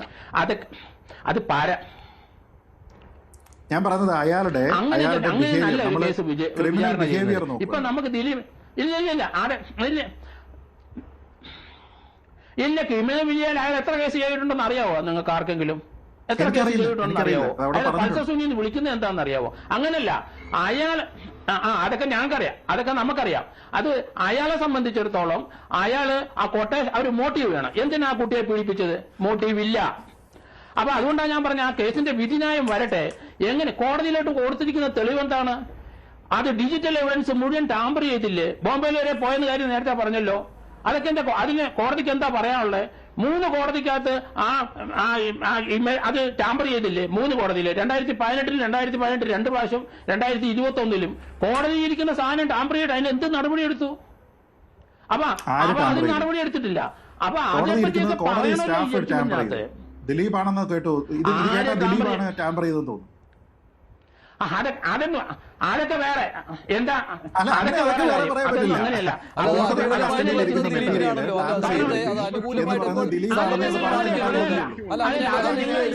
സൈബർ വിദഗ്ധരായ സംഗമേശ്വരൻ മാണിക്യം കൂടി ചേരുകയാണ്. ഇതെല്ലാം കേൾക്കുന്ന ആളാണ്. ഈ കേസ് ഇത്രയും കാലമായിട്ട് കേട്ട ആളാണ് അതിൽ വിധി പറയുന്നത്. നമ്മളുടെ ഇന്റലിജൻസ് അതിനേക്കാൾ വലുതാണെന്ന് നമ്മൾ ധരിക്കുന്നത് ശരിയല്ല. അപ്പൊ ഈ കോടതി തെറ്റ് കാണിച്ചു എന്നാണോ ശ്രീ ജോർജ് ജോസഫ് പറയുന്നത്? കോടതി ബയാസ്ഡ് ആയോ എന്നാണോ പറയുന്നത്? കോടതി ബയാസ്ഡ് ആയോ? അല്ല, കോടതി ബയാസ്ഡ് ആയോ? കോടതി ഈ പറയുന്ന കാര്യങ്ങളൊന്നും നോക്കാതെ വെറും പൊട്ടത്തരം എഴുതി വിട്ടു എന്നാണോ അഭിപ്രായം? കോടതി ഇല്ല, അങ്ങനെയൊന്നും പറഞ്ഞിട്ടില്ലല്ലോ. അത് നിങ്ങളുടെ അഭിപ്രായം പറയണേ. കോടതി ഇരിക്കുന്ന ഇത് കേട്ടാൽ അതല്ലേ തോന്നുള്ളൂ. അല്ല, അന്ന് പറയുന്നത് കോൺസ്പിറസി പ്രൂവ് ചെയ്യുന്നതിന് വേണ്ടിയിട്ട് മതിയായ തെളിവുകളുണ്ട്, പക്ഷെ അത് കോടതി പരിഗണിച്ചില്ല. ഡിജിറ്റൽ എവിഡൻസ് ടാമ്പർ ചെയ്തു, പക്ഷെ അത് കോടതി പരിഗണിച്ചില്ല. കോടതിയുടെ കസ്റ്റഡിയിൽ ഉണ്ടായിരുന്ന സാധനങ്ങൾ ടാമ്പർ ചെയ്തു, അത് പരിഗണിച്ചില്ല. മീറ്റിംഗ് ഓഫ് മൈൻഡ്സ് ഉണ്ടായിരുന്നു, പക്ഷെ പരിഗണിച്ചില്ല. ഡിജിറ്റൽ എവിഡൻസ് ടാമ്പർ ചെയ്യുക എന്ന് പറയുമ്പോൾ അത് പ്രതിക്ക് അനുകൂലമായിട്ടാണല്ലോ ശ്രീത് പണിക്കർ വരിക. കാരണം ടാമ്പർ ചെയ്ത എവിഡൻസ് അത് പ്രതിക്ക് വാദിക്കാവുന്ന കാര്യമാണ്. സംഗമേശ്വരൻ മാണിക്യം ചേർക്കുന്നത് അല്ല, ഈ മെമ്മറി കാർഡിനെ കുറിച്ച് ഏറ്റവും കൂടുതൽ അല്ലല്ല ഏറ്റവും ആധികാരികമായിട്ട് പറയാൻ കഴിയുന്നയാൾ ശ്രീ സംഗമേശ്വരൻ മാണിക്യം. ഏറെ ചർച്ച ചെയ്യപ്പെട്ടതാണല്ലോ മെമ്മറി കാർഡ്. ആ കാര്യം വന്നതുകൊണ്ടാണ് ഇത് ഈ കേസിന് പ്രതികൂലമായി ബാധിച്ചിട്ടുണ്ടാവുമോ ഇല്ലയോ? ദിലീപിന്റെ വിടുതലിലേക്ക് നയിച്ചിട്ടുണ്ടാകുമോ ഇല്ലയോ? അത് മഞ്ജുഷ് നമുക്കത് ക്ലിയർ ആയിട്ട് അങ്ങനെ പറയാൻ പറ്റില്ല. എന്താ കാര്യം എന്ന് വെച്ച് കഴിഞ്ഞാൽ കോടതി അക്സെപ്റ്റ് ചെയ്തിട്ടുള്ള തെളിവുകൾ എന്താണെന്നുള്ളത് പുറത്തു വന്നാൽ മാത്രമേ നമുക്ക് അതിന്റെ ഡീറ്റെയിൽസ് പറയാൻ പറ്റുള്ളൂ. കാരണം ഇപ്പൊ ഒരു 600 തെളിവുകൾ കൊടുത്തിട്ടുണ്ടെങ്കിൽ അതിൽ 60 മാത്രമേ അക്സെപ്റ്റ് ചെയ്തിട്ടുള്ളൂ എന്നുണ്ടെങ്കിൽ 540 തെളിവുകൾ മീഡിയ വഴിക്ക് പുറത്തു വന്നിട്ടുണ്ടെന്നുണ്ടെങ്കിൽ that could be misleading. So അതാണ് പ്രശ്നം.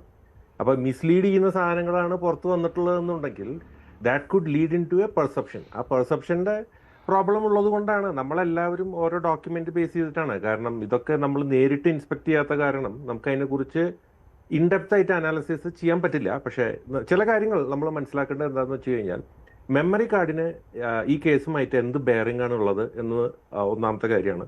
രണ്ടാമത്തെ കാര്യം, മെമ്മറി കാർഡിന്റെ കണ്ടന്റ്സ്, അതായത് ഇതിൽ ക്രൂഷ്യൽ ആയിട്ടുള്ള എവിഡൻസ് ആണ് എന്ന് പറയപ്പെടുന്ന റിപ്പോർട്ടുകളിലൊക്കെ, പുറത്തു വന്നിട്ടുള്ള റിപ്പോർട്ടുകളിലൊക്കെ പറയുന്ന 8 വീഡിയോ ദൃശ്യങ്ങളുടെ ഇൻഡിവിജ്വൽ ഹാഷ് വാല്യൂ മാറാത്ത കാലത്തോളം ആ ദൃശ്യങ്ങളുടെ integrity is always preserved as per the reports. ഈ റിപ്പോർട്ടുകൾ തന്നെയാണോ ശരിക്കും അക്സെപ്റ്റ് ചെയ്തിട്ടുള്ളത് എന്നുള്ളത് നമുക്കറിയില്ല. അപ്പം അത് കാരണം there is an element of doubt അതെന്താന്നുള്ളത്. അപ്പോൾ ഡിജിറ്റൽ എവിഡൻസസിന്റെ ചെയിൻ ഓഫ് കസ്റ്റഡി പ്രൂവ് ചെയ്യാൻ പറ്റിയില്ല എന്നുണ്ടെങ്കിൽ, അതായത് അതിന്റെ ഇന്റഗ്രിറ്റി പ്രൂവ് ചെയ്യാൻ പറ്റിയില്ല എന്നുണ്ടെങ്കിൽ then it could be definitely B challenged. അപ്പോൾ ചാലഞ്ച് ചെയ്യുന്നത് കൊണ്ടാണ് അത് എന്തുകൊണ്ട് ഒരു തെളിവായിട്ട് എടുക്കണം, എന്തുകൊണ്ട് തെളിവായിട്ട് എടുക്കരുത് എന്നുള്ളത് അത് ലോകത്തെമ്പാടുമുള്ള ഓരോ ലീഗൽ സിസ്റ്റത്തിന്റെയും ഡിസിഷൻ മേക്കിംഗ് പ്രോസസ്സിന്റെ ഭാഗം തന്നെയാണ്. അത് കാരണം നമുക്ക് അതിൻ്റെ അകത്ത് എന്തൊക്കെയാണ് നടന്നിട്ടുള്ളതെന്ന് പറയാൻ പറ്റില്ല. Digital evidences has played an important part, but what was there in the digital evidence എന്നുള്ളത് പുറത്തു വന്നിട്ടുള്ള റിപ്പോർട്ടുകളുടെ അടിസ്ഥാനത്തിലും മാത്രമേ നമുക്ക് എല്ലാവർക്കും അറിയുള്ളൂ. അത് നമ്മൾ ഡയറക്റ്റ്ലി ഇൻവോൾവ് ഒന്നുമല്ല, ഈ എൻ്റയർ പ്രോസസ്സിൽ ഇൻവോൾവ് അല്ലാത്ത കാരണം നമുക്ക് അതിൻ്റെ ഫുൾ ഡീറ്റെയിൽസ് അറിയില്ല. അതുകൊണ്ടാണ് ഞാൻ പറയുന്നത് ഫൈനൽ എൻ്റയർ ജഡ്ജ്മെൻറ്റിൻ്റെ ഒരു ഡീറ്റെയിൽസ് വായിച്ചാൽ മാത്രമേ നമുക്ക് അതിൻ്റെ ഡീറ്റെയിൽസിൽ എന്തൊക്കെ കൺസിഡർ ചെയ്തിട്ടില്ല എന്നുള്ളത് ആധികാരികമായിട്ട് നമുക്ക് എല്ലാവർക്കും പറയാൻ പറ്റുള്ളൂ. ശരി, ശ്രീ ജോസ് തോമസ് നേരത്തെ പറഞ്ഞു വന്ന കാര്യം ഈ ദിലീപിനെ കുടുക്കുന്നതിന് വേണ്ടിയുള്ള ഗൂഢാലോചന, അതിലേക്ക് കാര്യങ്ങൾ കേന്ദ്രീകരിക്കുവാനുള്ള ശ്രമം നടക്കുന്നുണ്ടല്ലോ. ദിലീപിന്റെ ആദ്യ പ്രതികരണം തന്നെ അതാണ് സൂചിപ്പിക്കുന്നത്. പക്ഷേ ഇക്കാര്യം ഈ നേരത്തെ പറയാത്ത ഒരു കാര്യം കൂടിയാണ് അല്ലേ? ഇതൊരു അന്തരീക്ഷത്തിൽ നിന്നിരിക്കുന്ന കാര്യം, നിങ്ങളൊക്കെ സംശയിച്ചിരുന്ന കാര്യം അത്രേ ഉണ്ടായിരുന്നുള്ളൂ ഇതുവരെ. അല്ല, ശരിക്കും 6 പേരെ അറസ്റ്റ് ചെയ്തതിനു ശേഷം ഇവിടെ ഒരു പ്രതിഷേധ യോഗം കൂടിയപ്പോൾ മഞ്ജു വാര്യർ പ്രസംഗിച്ചിടത്തുനിന്നാണ് ദിലീപിലേക്ക് കേസ് തിരിയുന്നത്. അപ്പോൾ അത് തന്നെയാണ് ദിലീപ് ഇന്ന് പറഞ്ഞത്, ഈ ഗൂഢാലോചനയുടെ കാര്യം.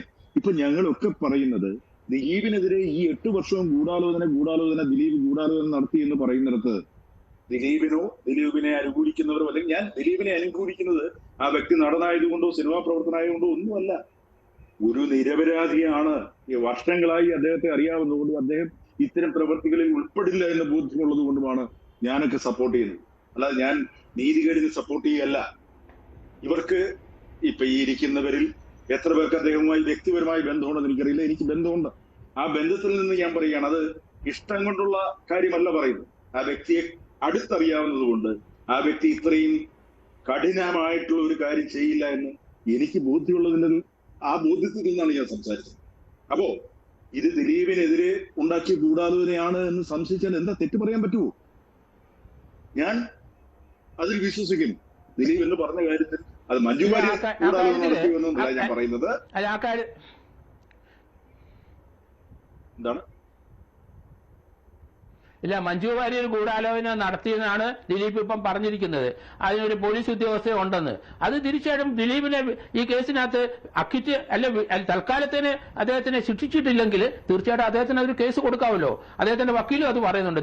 തീർച്ചയായിട്ടും അങ്ങനെ ദിലീപിന് ഒരു സ്റ്റാൻഡ് ഉണ്ടെങ്കിൽ ആ മഞ്ജു വാര്യർക്കെതിരായിട്ടും ആ പോലീസ് ഉദ്യോഗസ്ഥർക്കെതിരായിട്ടും ഇതിനകത്ത് ചേർന്ന ക്രിമിനൽ പോലീസ് ഉദ്യോഗസ്ഥർക്കെതിരായിട്ട് കേസ് കൊടുക്കണം. കാരണം അദ്ദേഹത്തിന്റെ വിട്ടുകഴിഞ്ഞല്ലോ. അപ്പൊ അതിന് അദ്ദേഹത്തിന് റൈറ്റ് ഉണ്ട്. അത് നമ്മൾ അംഗീകരിക്കുന്നു. അത് തെറ്റായ അത് കൊടുക്കണമെന്നാണ് ഞാൻ പറയുന്നത്. എന്റെ അഭിപ്രായം അതാണ്. അപ്പൊ അതിനകത്ത് വേറൊരു കാര്യം, കോടതി ഈ കേസിനകത്ത് 120B കൊടുത്തിരിക്കുന്ന എവിഡൻസ് ഏത് രീതിയിലാണ് ഇന്റർപ്രറ്റ് ചെയ്തെന്നുള്ളതാണ് പ്രസക്തമായ കാര്യം. അത് ഇതിന്റെ ജഡ്ജ്മെന്റ് വന്നെങ്കിലേ നമുക്ക് അറിയാനൊക്കെ ഉള്ളൂ. അത് ഹൈക്കോടതി ചെന്ന് കഴിഞ്ഞാൽ സുപ്രീം കോടതി വ്യത്യസ്തമായ രീതിയിലായിരിക്കും ഈ കോൺസ്പിറസിയെ പറ്റി അവരുടെ ആംഗിള്. അതുകൊണ്ടാണ് ഞാൻ പറയുന്നത്, ഈ കേസിനകത്ത് ജഡ്ജ്മെന്റ് വന്ന ശേഷം അതിനകത്ത് അപ്പീൽ കൊടുത്തു കഴിയുമ്പോൾ കോടതി വ്യത്യസ്തമായ രീതിയിൽ വരും. ഒരു പോലീസിനും ഇതിൽ കൂടുതൽ ഒരു ഇൻവെസ്റ്റിഗേഷൻ നടത്തി 120B എവിഡൻസ് കൊണ്ടുവരാൻ പറ്റില്ല. 30,000 രൂപ ഒരാൾ അങ്ങോട്ട് അയച്ചെന്നു, 1,10,000 രൂപ അയച്ചെന്നൊക്കെ പറഞ്ഞത് അതൊക്കെ കോടതി എങ്ങനെയാണ് കണ്ടതെന്ന് നമുക്ക് അറിയണമല്ലോ. അത് തന്നെ ഈ 7 സ്ഥലത്ത് വെച്ച് കണ്ടതിനെ പറ്റി കോടതിയുടെ അഭിപ്രായം എന്താണ്? അത് അൺറിലയബിൾ ആണെങ്കിൽ അങ്ങനെ പറയട്ടെ. അത് ഹൈക്കോടതി സുപ്രീം കോടതി ഉള്ളതുകൊണ്ട് അവിടെ പോയി നമുക്കത് ആർഗ്യൂ ചെയ്യാമല്ലോ. അതുകൊണ്ട് വ്യത്യസ്തമായിട്ട് വേണം ചിന്തിക്കാനായിട്ട്. അല്ലാതെ ഈ പഴയ കാര്യങ്ങളൊന്നും അല്ല നമുക്ക് പറയേണ്ടത്. ഈ ജഡ്ജിനകത്ത് അവർ കുറ്റക്കാരാണെന്ന് 6 പേരെ ശിക്ഷിച്ചു കഴിഞ്ഞിരിക്കുന്നു. അതിനകത്ത് ബാക്കി 4 പേരുണ്ട്. ആ 4 പേരിൽ 120B അത് ഈ കോടതിയുടെ ചിന്തയിൽ ആ 120B പ്രൂവ് ചെയ്തില്ല എന്ന് പറയണേ. അത് എങ്ങനെയാണ് ഡിസ്പ്രൂവ് ചെയ്തതെന്ന് കോടതിയുടെ ജഡ്ജ്മെന്റിനകത്ത് ഉണ്ടാവും. അതിനാണ് അപ്പീൽ പോകുന്നത്. അല്ലാതെ ഇതിനകത്ത് തൽക്കാലത്തിന് 50% മാത്രമേ ദിലീപിന് ഒരു രക്ഷ കിട്ടിയിട്ടുള്ളൂ. ഇനി 2 കടമ്പകളൂടെ കടക്കണം. അതുകൊണ്ട് കേസിൽ നിന്ന് തീർച്ചയായിട്ടും അക്വിറ്റലായി പോയെന്ന് ദിലീപ് കരുതരുത്, അങ്ങനെ ചിന്തിക്കരുത്, അങ്ങനെ ആരെയും പ്രകോപിപ്പിക്കരുത്. കാരണം അടുത്ത കേസുകൾ വീണ്ടും വീണ്ടും തുടർച്ചയായിട്ട് വരും. അത് ചിന്തിച്ചോണം. ശരി, ശ്രീ ശ്രീ പണിക്കർ 50% സാർ പ്രകോപിപ്പിക്കുന്നത്. അയാളുടെ ന്യായം പറയുന്നിടത്ത്, അയാള് സത്യസന്ധമായി ചില കാര്യങ്ങൾ പറയുന്നത് ആരെയാ പ്രകോപിപ്പിക്കുന്നത്? ഇപ്പൊ ശ്രീലേഖ IPS പറഞ്ഞില്ലേ ദിലീപ് നിരപരാധിയാണ്, അവരൊരു പോലീസ് ഉദ്യോഗസ്ഥയല്ലായിരുന്നു, അവർ പലവട്ടം പറഞ്ഞില്ലേ. അപ്പോ അവരെ പരിഹസിച്ചില്ലേ, ദിലീപ് ആരാധിക എന്നൊക്കെ പറഞ്ഞു. ഇതല്ലേ നമ്മുടെ ഇവിടുത്തെ സമൂഹം? ഒരാളോട് ഇഷ്ടമല്ലാത്ത അച്ചി തൊട്ടതെല്ലാം കുറ്റമെന്ന് പറയുന്നത് പോലെ നമുക്ക് ഇഷ്ടമില്ലാത്ത എന്താണ് നമുക്ക് ഇഷ്ടമില്ലാത്ത ഓരോരുത്തരും ഓരോ രീതിയിലല്ലേ ചിന്തിക്കും. നമുക്ക് അതിനകത്തൊന്നും ചെയ്യാനൊക്കില്ല. അത് തന്നെ ഇഷ്ടമില്ലാത്ത അവരോട് ഇഷ്ടമില്ലെന്ന് ആരെങ്കിലും പറഞ്ഞോ?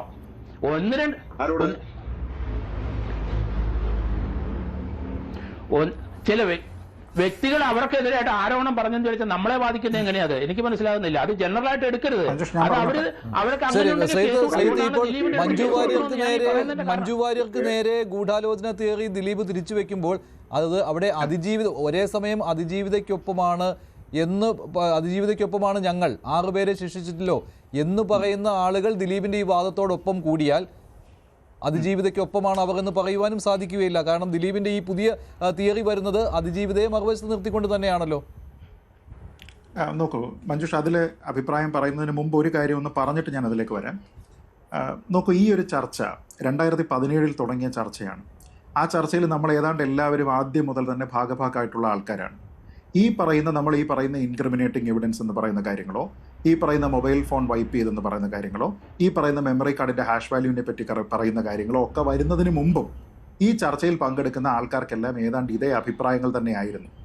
അതായത് ആദ്യമേ തന്നെ ദിലീപ് കുറ്റവാളിയാണെന്നും ദിലീപിനെ പിടിച്ച് തൂക്കിക്കൊല്ലണമെന്നും പറഞ്ഞിരുന്ന ആൾക്കാർ തന്നെയാണ് ഇപ്പോഴും ദിലീപ് കുറ്റവാളിയാണെന്നും തൂക്കിക്കൊല്ലണമെന്നും പറയുന്നത്. അതല്ലാതെ ഒരു ഇൻഫോംഡ് ഡിസിഷൻ്റെ അടിസ്ഥാനത്തിലോ തെളിവ് കണ്ടതിൻ്റെ അടിസ്ഥാനത്തിലോ മീറ്റിംഗ് ഓഫ് മൈൻഡ്സ് എസ്റ്റാബ്ലിഷ് ചെയ്തതിൻ്റെ അടിസ്ഥാനത്തിലോ ഒന്നുമല്ല. എന്ന് പറഞ്ഞാൽ പലർക്കും പ്രിജുഡിസ് ഉണ്ട് എന്നുള്ളതാണ്. ഞാൻ ആദ്യം മുതൽ പറഞ്ഞിരുന്നു, ഞാനിതിൽ പ്രോ പരാതിക്കാരിയല്ല, ഞാനിതിൽ പ്രോ ദിലീപല്ല, പ്രോ ലീഗാലിറ്റിയാണ്.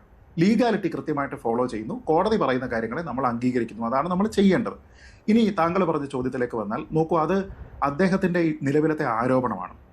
ആ ആരോപണം ശരിയാണ് എന്ന മട്ടിലത്തേക്ക് പ്രൂവ് ചെയ്യാനായിട്ടുള്ള ഒരു കാര്യവും എൻ്റെ കയ്യിലില്ല. അതായത് മഞ്ജു വാര്യരുടെ ഇടപെടലിലാണ് ഒരു കോൺസ്പിറസി ഉണ്ടായതെന്നോ അത് ദിലീപിനെതിരെ ഉണ്ടായിരിക്കുന്ന കോൺസ്പിറസി ആണെന്നോ തെളിയിക്കുന്ന ഒരു കാര്യവും എൻ്റെ കയ്യിലില്ല. അതുകൊണ്ട് തന്നെ അതിനെക്കുറിച്ച് എനിക്കറിയില്ല. അറ്റ് എ ലേറ്റർ സ്റ്റേജ് ഒരുപക്ഷെ അദ്ദേഹം ഒരു കേസ് ഫയൽ ചെയ്യുകയോ അല്ലെങ്കിൽ അദ്ദേഹം കൂടുതൽ ഇതിനെപ്പറ്റി വെളിപ്പെടുത്തലുകൾ നടത്തുന്ന സമയത്തോ മെറിറ്റിൽ അതിനെ ചർച്ച ചെയ്യാമെന്നതിനപ്പുറത്തേക്ക് അദ്ദേഹത്തിൻ്റെ ബോധ്യങ്ങൾ പറഞ്ഞു എന്നത് മാത്രമേ ഉള്ളൂ. ഒരൊറ്റ കാര്യം അറിയാം, 2017 ശേഷം ഈ 2025 ഇന്നത്തെ ദിവസം വരെയും ദിലീപിനെ റെപ്രസെന്റ് ചെയ്യുന്ന അഭിഭാഷകരോ ചർച്ചകളിലൊന്നും തന്നെ അദ്ദേഹത്തിന് വേണ്ടി അഭിപ്രായമൊന്നും പറഞ്ഞിട്ടില്ല. പല ആൾക്കാരും ഇവിടെ വന്നിരിക്കുന്നവരവരുടെ സ്വന്തം നിലയ്ക്ക് അഭിപ്രായം പറഞ്ഞു, പലരും പറഞ്ഞു വഷളാക്കുകയും ചെയ്തു. അതിൻ്റെ എല്ലാം പ്രശ്നം ഉണ്ടായിരിക്കുന്നത് സോഷ്യൽ മീഡിയയിൽ അദ്ദേഹത്തിനാണ്, അല്ലാതെ മറ്റാർക്കും അല്ല. ദിലീപ് അനുകൂലി എന്ന ടാഗിലൊക്കെ വന്ന് ചർച്ച ചെയ്തിരിക്കുന്ന ആൾക്കാരുണ്ട്. അതൊരു ഇൻറ്റഗ്രിറ്റി പണയപ്പെടുത്തി വന്നിരിക്കുന്നത് പോലെയാണ് എനിക്ക് പോലും തോന്നിയിട്ടുള്ളത്. ഞാൻ പറഞ്ഞത് അങ്ങനെ വന്നിരിക്കുന്ന ആൾക്കാർ അഭിപ്രായം പറയുന്നു. 8 വർഷത്തിന് ശേഷം ദിലീപ് ചെയ്തിരുന്നത് എന്താണ്? ദിലീപ് കേസ് കോടതിയിൽ ഫൈറ്റ് ചെയ്തു, സോഷ്യൽ മീഡിയയിൽ ഫൈറ്റ് ചെയ്തില്ല. ദിലീപ് കേസ് മാധ്യമങ്ങളുടെ മുന്നിൽ ഫൈറ്റ് ചെയ്തില്ല, ദിലീപ് കേസ് കോടതിയിൽ ഫൈറ്റ് ചെയ്തു. പക്ഷേ മറുഭാഗത്തുണ്ടായിരുന്ന പ്രോസിക്യൂഷൻ്റെ പല ആൾക്കാരും അവരുടെ ഭാഗത്ത് അഡ്വക്കേറ്റ്സ് ആയിട്ട് നിൽക്കുന്ന ആൾക്കാരും എല്ലാം പല നറേറ്റീവുകൾ ഇന്ന് രാവിലെ വരെയും ചാനലുകളിൽ വന്നിട്ട് ഇത് തന്നെ പറഞ്ഞുകൊണ്ടിരിക്കുകയാണ്, വൺ സൈഡഡ് ആയിട്ട്. 8 വർഷം മിണ്ടാതിരുന്നതിന് ശേഷം ഇന്നാണ് ദിലീപ് അയാളുടെ അഭിപ്രായം പറയുന്നത്. അത് പറയുമ്പോൾ അതിനെ കേൾക്കാനുള്ള ബാധ്യത മാധ്യമങ്ങൾക്കും നമുക്ക് ഓരോരുത്തർക്കും ഉണ്ട്. അദ്ദേഹം പറയുന്ന ഉടനെ ആദ്യമേ നമ്മൾ ദിലീപ് കോൺസ്പിറസി ചെയ്തു എന്ന് 8 കൊല്ലം നമ്മൾ പറഞ്ഞില്ലേ. ഇപ്പോൾ ദിലീപ് മറ്റാരെങ്കിലും കോൺസ്പിറസി ചെയ്തു എന്ന് അദ്ദേഹം പറയുന്നുണ്ടെങ്കിൽ അതിനെപ്പറ്റി കൂടുതൽ വിവരങ്ങൾ അദ്ദേഹം പറയട്ടെ, അത് കേൾക്കാനുള്ള ബാധ്യത നമുക്കുണ്ട്. അതല്ലാതെ ദിലീപിന് അഭിപ്രായ സ്വാതന്ത്ര്യം ഇല്ല എന്ന് നമ്മൾ പറയരുത്. ശ്രീമതി ആശാ ഉണ്ണിത്താൻ അല്പം മുമ്പ് പറഞ്ഞെന്താണ്, നമ്മുടെ ഓരോരുത്തരുടെയും അഭിപ്രായ സ്വാതന്ത്ര്യത്തിൻ്റെ അടിസ്ഥാനത്തിൽ നമ്മൾ അഭിപ്രായം പറയുന്നു എന്ന്. ഇതൊരു കേവല അഭിപ്രായ സ്വാതന്ത്ര്യത്തിൻ്റെ വിഷയമല്ല. നമ്മൾ ചർച്ച ചെയ്തുകൊണ്ടിരിക്കുന്നത് കോടതി വിധിയെക്കുറിച്ചാണ്. എല്ലാവരും കുറ്റപ്പെടുത്തിയിട്ട് ഇയാൾ ഏറ്റവും വലിയ ക്രിമിനലാണ് എന്ന് പറഞ്ഞ് ഇയാളുടെ സിനിമകൾ ഇനി ഓടാൻ അനുവദിക്കരുത് എന്നൊക്കെ നമ്മൾ പറഞ്ഞതിന് ശേഷം, ഇവിടെ ആൾക്കാർ പറഞ്ഞതിന് ശേഷം അയാൾ 8 കൊല്ലം ഫൈറ്റ് ചെയ്തതിന് ശേഷമാണ് ഇവിടെ വരുന്നത്. അപ്പോൾ രാമൻപിള്ള വക്കീൽ ഭയങ്കര ഗ്രേറ്റ് ആണ്, രാമൻപിള്ള വക്കീലിന് കൊടുത്തിരിക്കുന്ന ഫീസ് ഇങ്ങനെയാണ്, അതിൻ്റെ സ്ട്രക്ചർ ഇങ്ങനെയാണ്, അതിൽ എത്ര കയ്യിൽ കൊടുത്തു, എത്ര മറ്റുള്ളവരുടെ കയ്യിൽ കൊടുത്തു എന്നൊക്കെ പറയുന്നതൊക്കെ ഒരു വാദമാണ്. ഇവർക്കൊന്നും ഇന്നലെ വരെ ഈ വാദം ഉണ്ടായിരുന്നില്ല. ഇവരൊക്കെ പറഞ്ഞിരുന്നത് എന്താണ്? ദിലീപിനെ ഇപ്പോൾ പിടിച്ച് മൂക്കി കയറ്റുമെന്ന് പറഞ്ഞുകൊണ്ടിരുന്ന ആൾക്കാരാണ്. ഞാൻ പറഞ്ഞത്, നിങ്ങൾക്കൊരു കോടതി വിധി വന്നു കഴിഞ്ഞാൽ ഏറ്റവും ചുരുങ്ങിയത് പറയേണ്ടത് എന്താണ്? നമ്മൾ ആ വിധി പകർപ്പ് കണ്ടിട്ടില്ല. നമ്മൾ ആ വിധി പകർപ്പ് വായിച്ചതിന് ശേഷം നമ്മുടെ അഭിപ്രായം പറയാമെന്നതിന് പകരം വിദേശത്തെ സിസ്റ്റം ഇവിടെ കൊണ്ടുവന്നിരുന്നെങ്കിൽ വിധി മറിച്ചായേനെ എന്നൊക്കെ പറഞ്ഞു കഴിഞ്ഞാൽ ഇതേ കാര്യത്തിലല്ലേ എന്തായാലും വിധിന്യായം പുറത്തു വരുന്നതുവരെ കാത്തിരിക്കാം. എന്തെല്ലാം കാര്യങ്ങളാണ് കോടതി കണ്ടെത്തിയിരിക്കുന്നത്? എന്തുകൊണ്ടാണ് ദിലീപിനെതിരെ ഗൂഢാലോചന തെളിയിക്കാൻ കഴിയാതെ പോയത്? 6 പേരുടെ മോട്ടീവ് എന്തായിരുന്നു, ലക്ഷ്യം എന്തായിരുന്നു? നടിക്കെതിരെ ഇത്തരത്തിലുള്ള കാര്യങ്ങൾ പുറത്തു വരാൻ വിധിന്യായത്തിലെ കാര്യങ്ങൾ അറിഞ്ഞേ തീരൂ. 12-ാം തീയതിയാണ് ശിക്ഷാവിധി പ്രഖ്യാപിക്കാൻ പോകുന്നത്. നന്ദി. പ്രൈം ഡിബേറ്റിൽ പങ്കെടുത്ത എല്ലാവർക്കും. പ്രൈം ഡിബേറ്റ് അവസാനിക്കുകയാണ്. നന്ദി.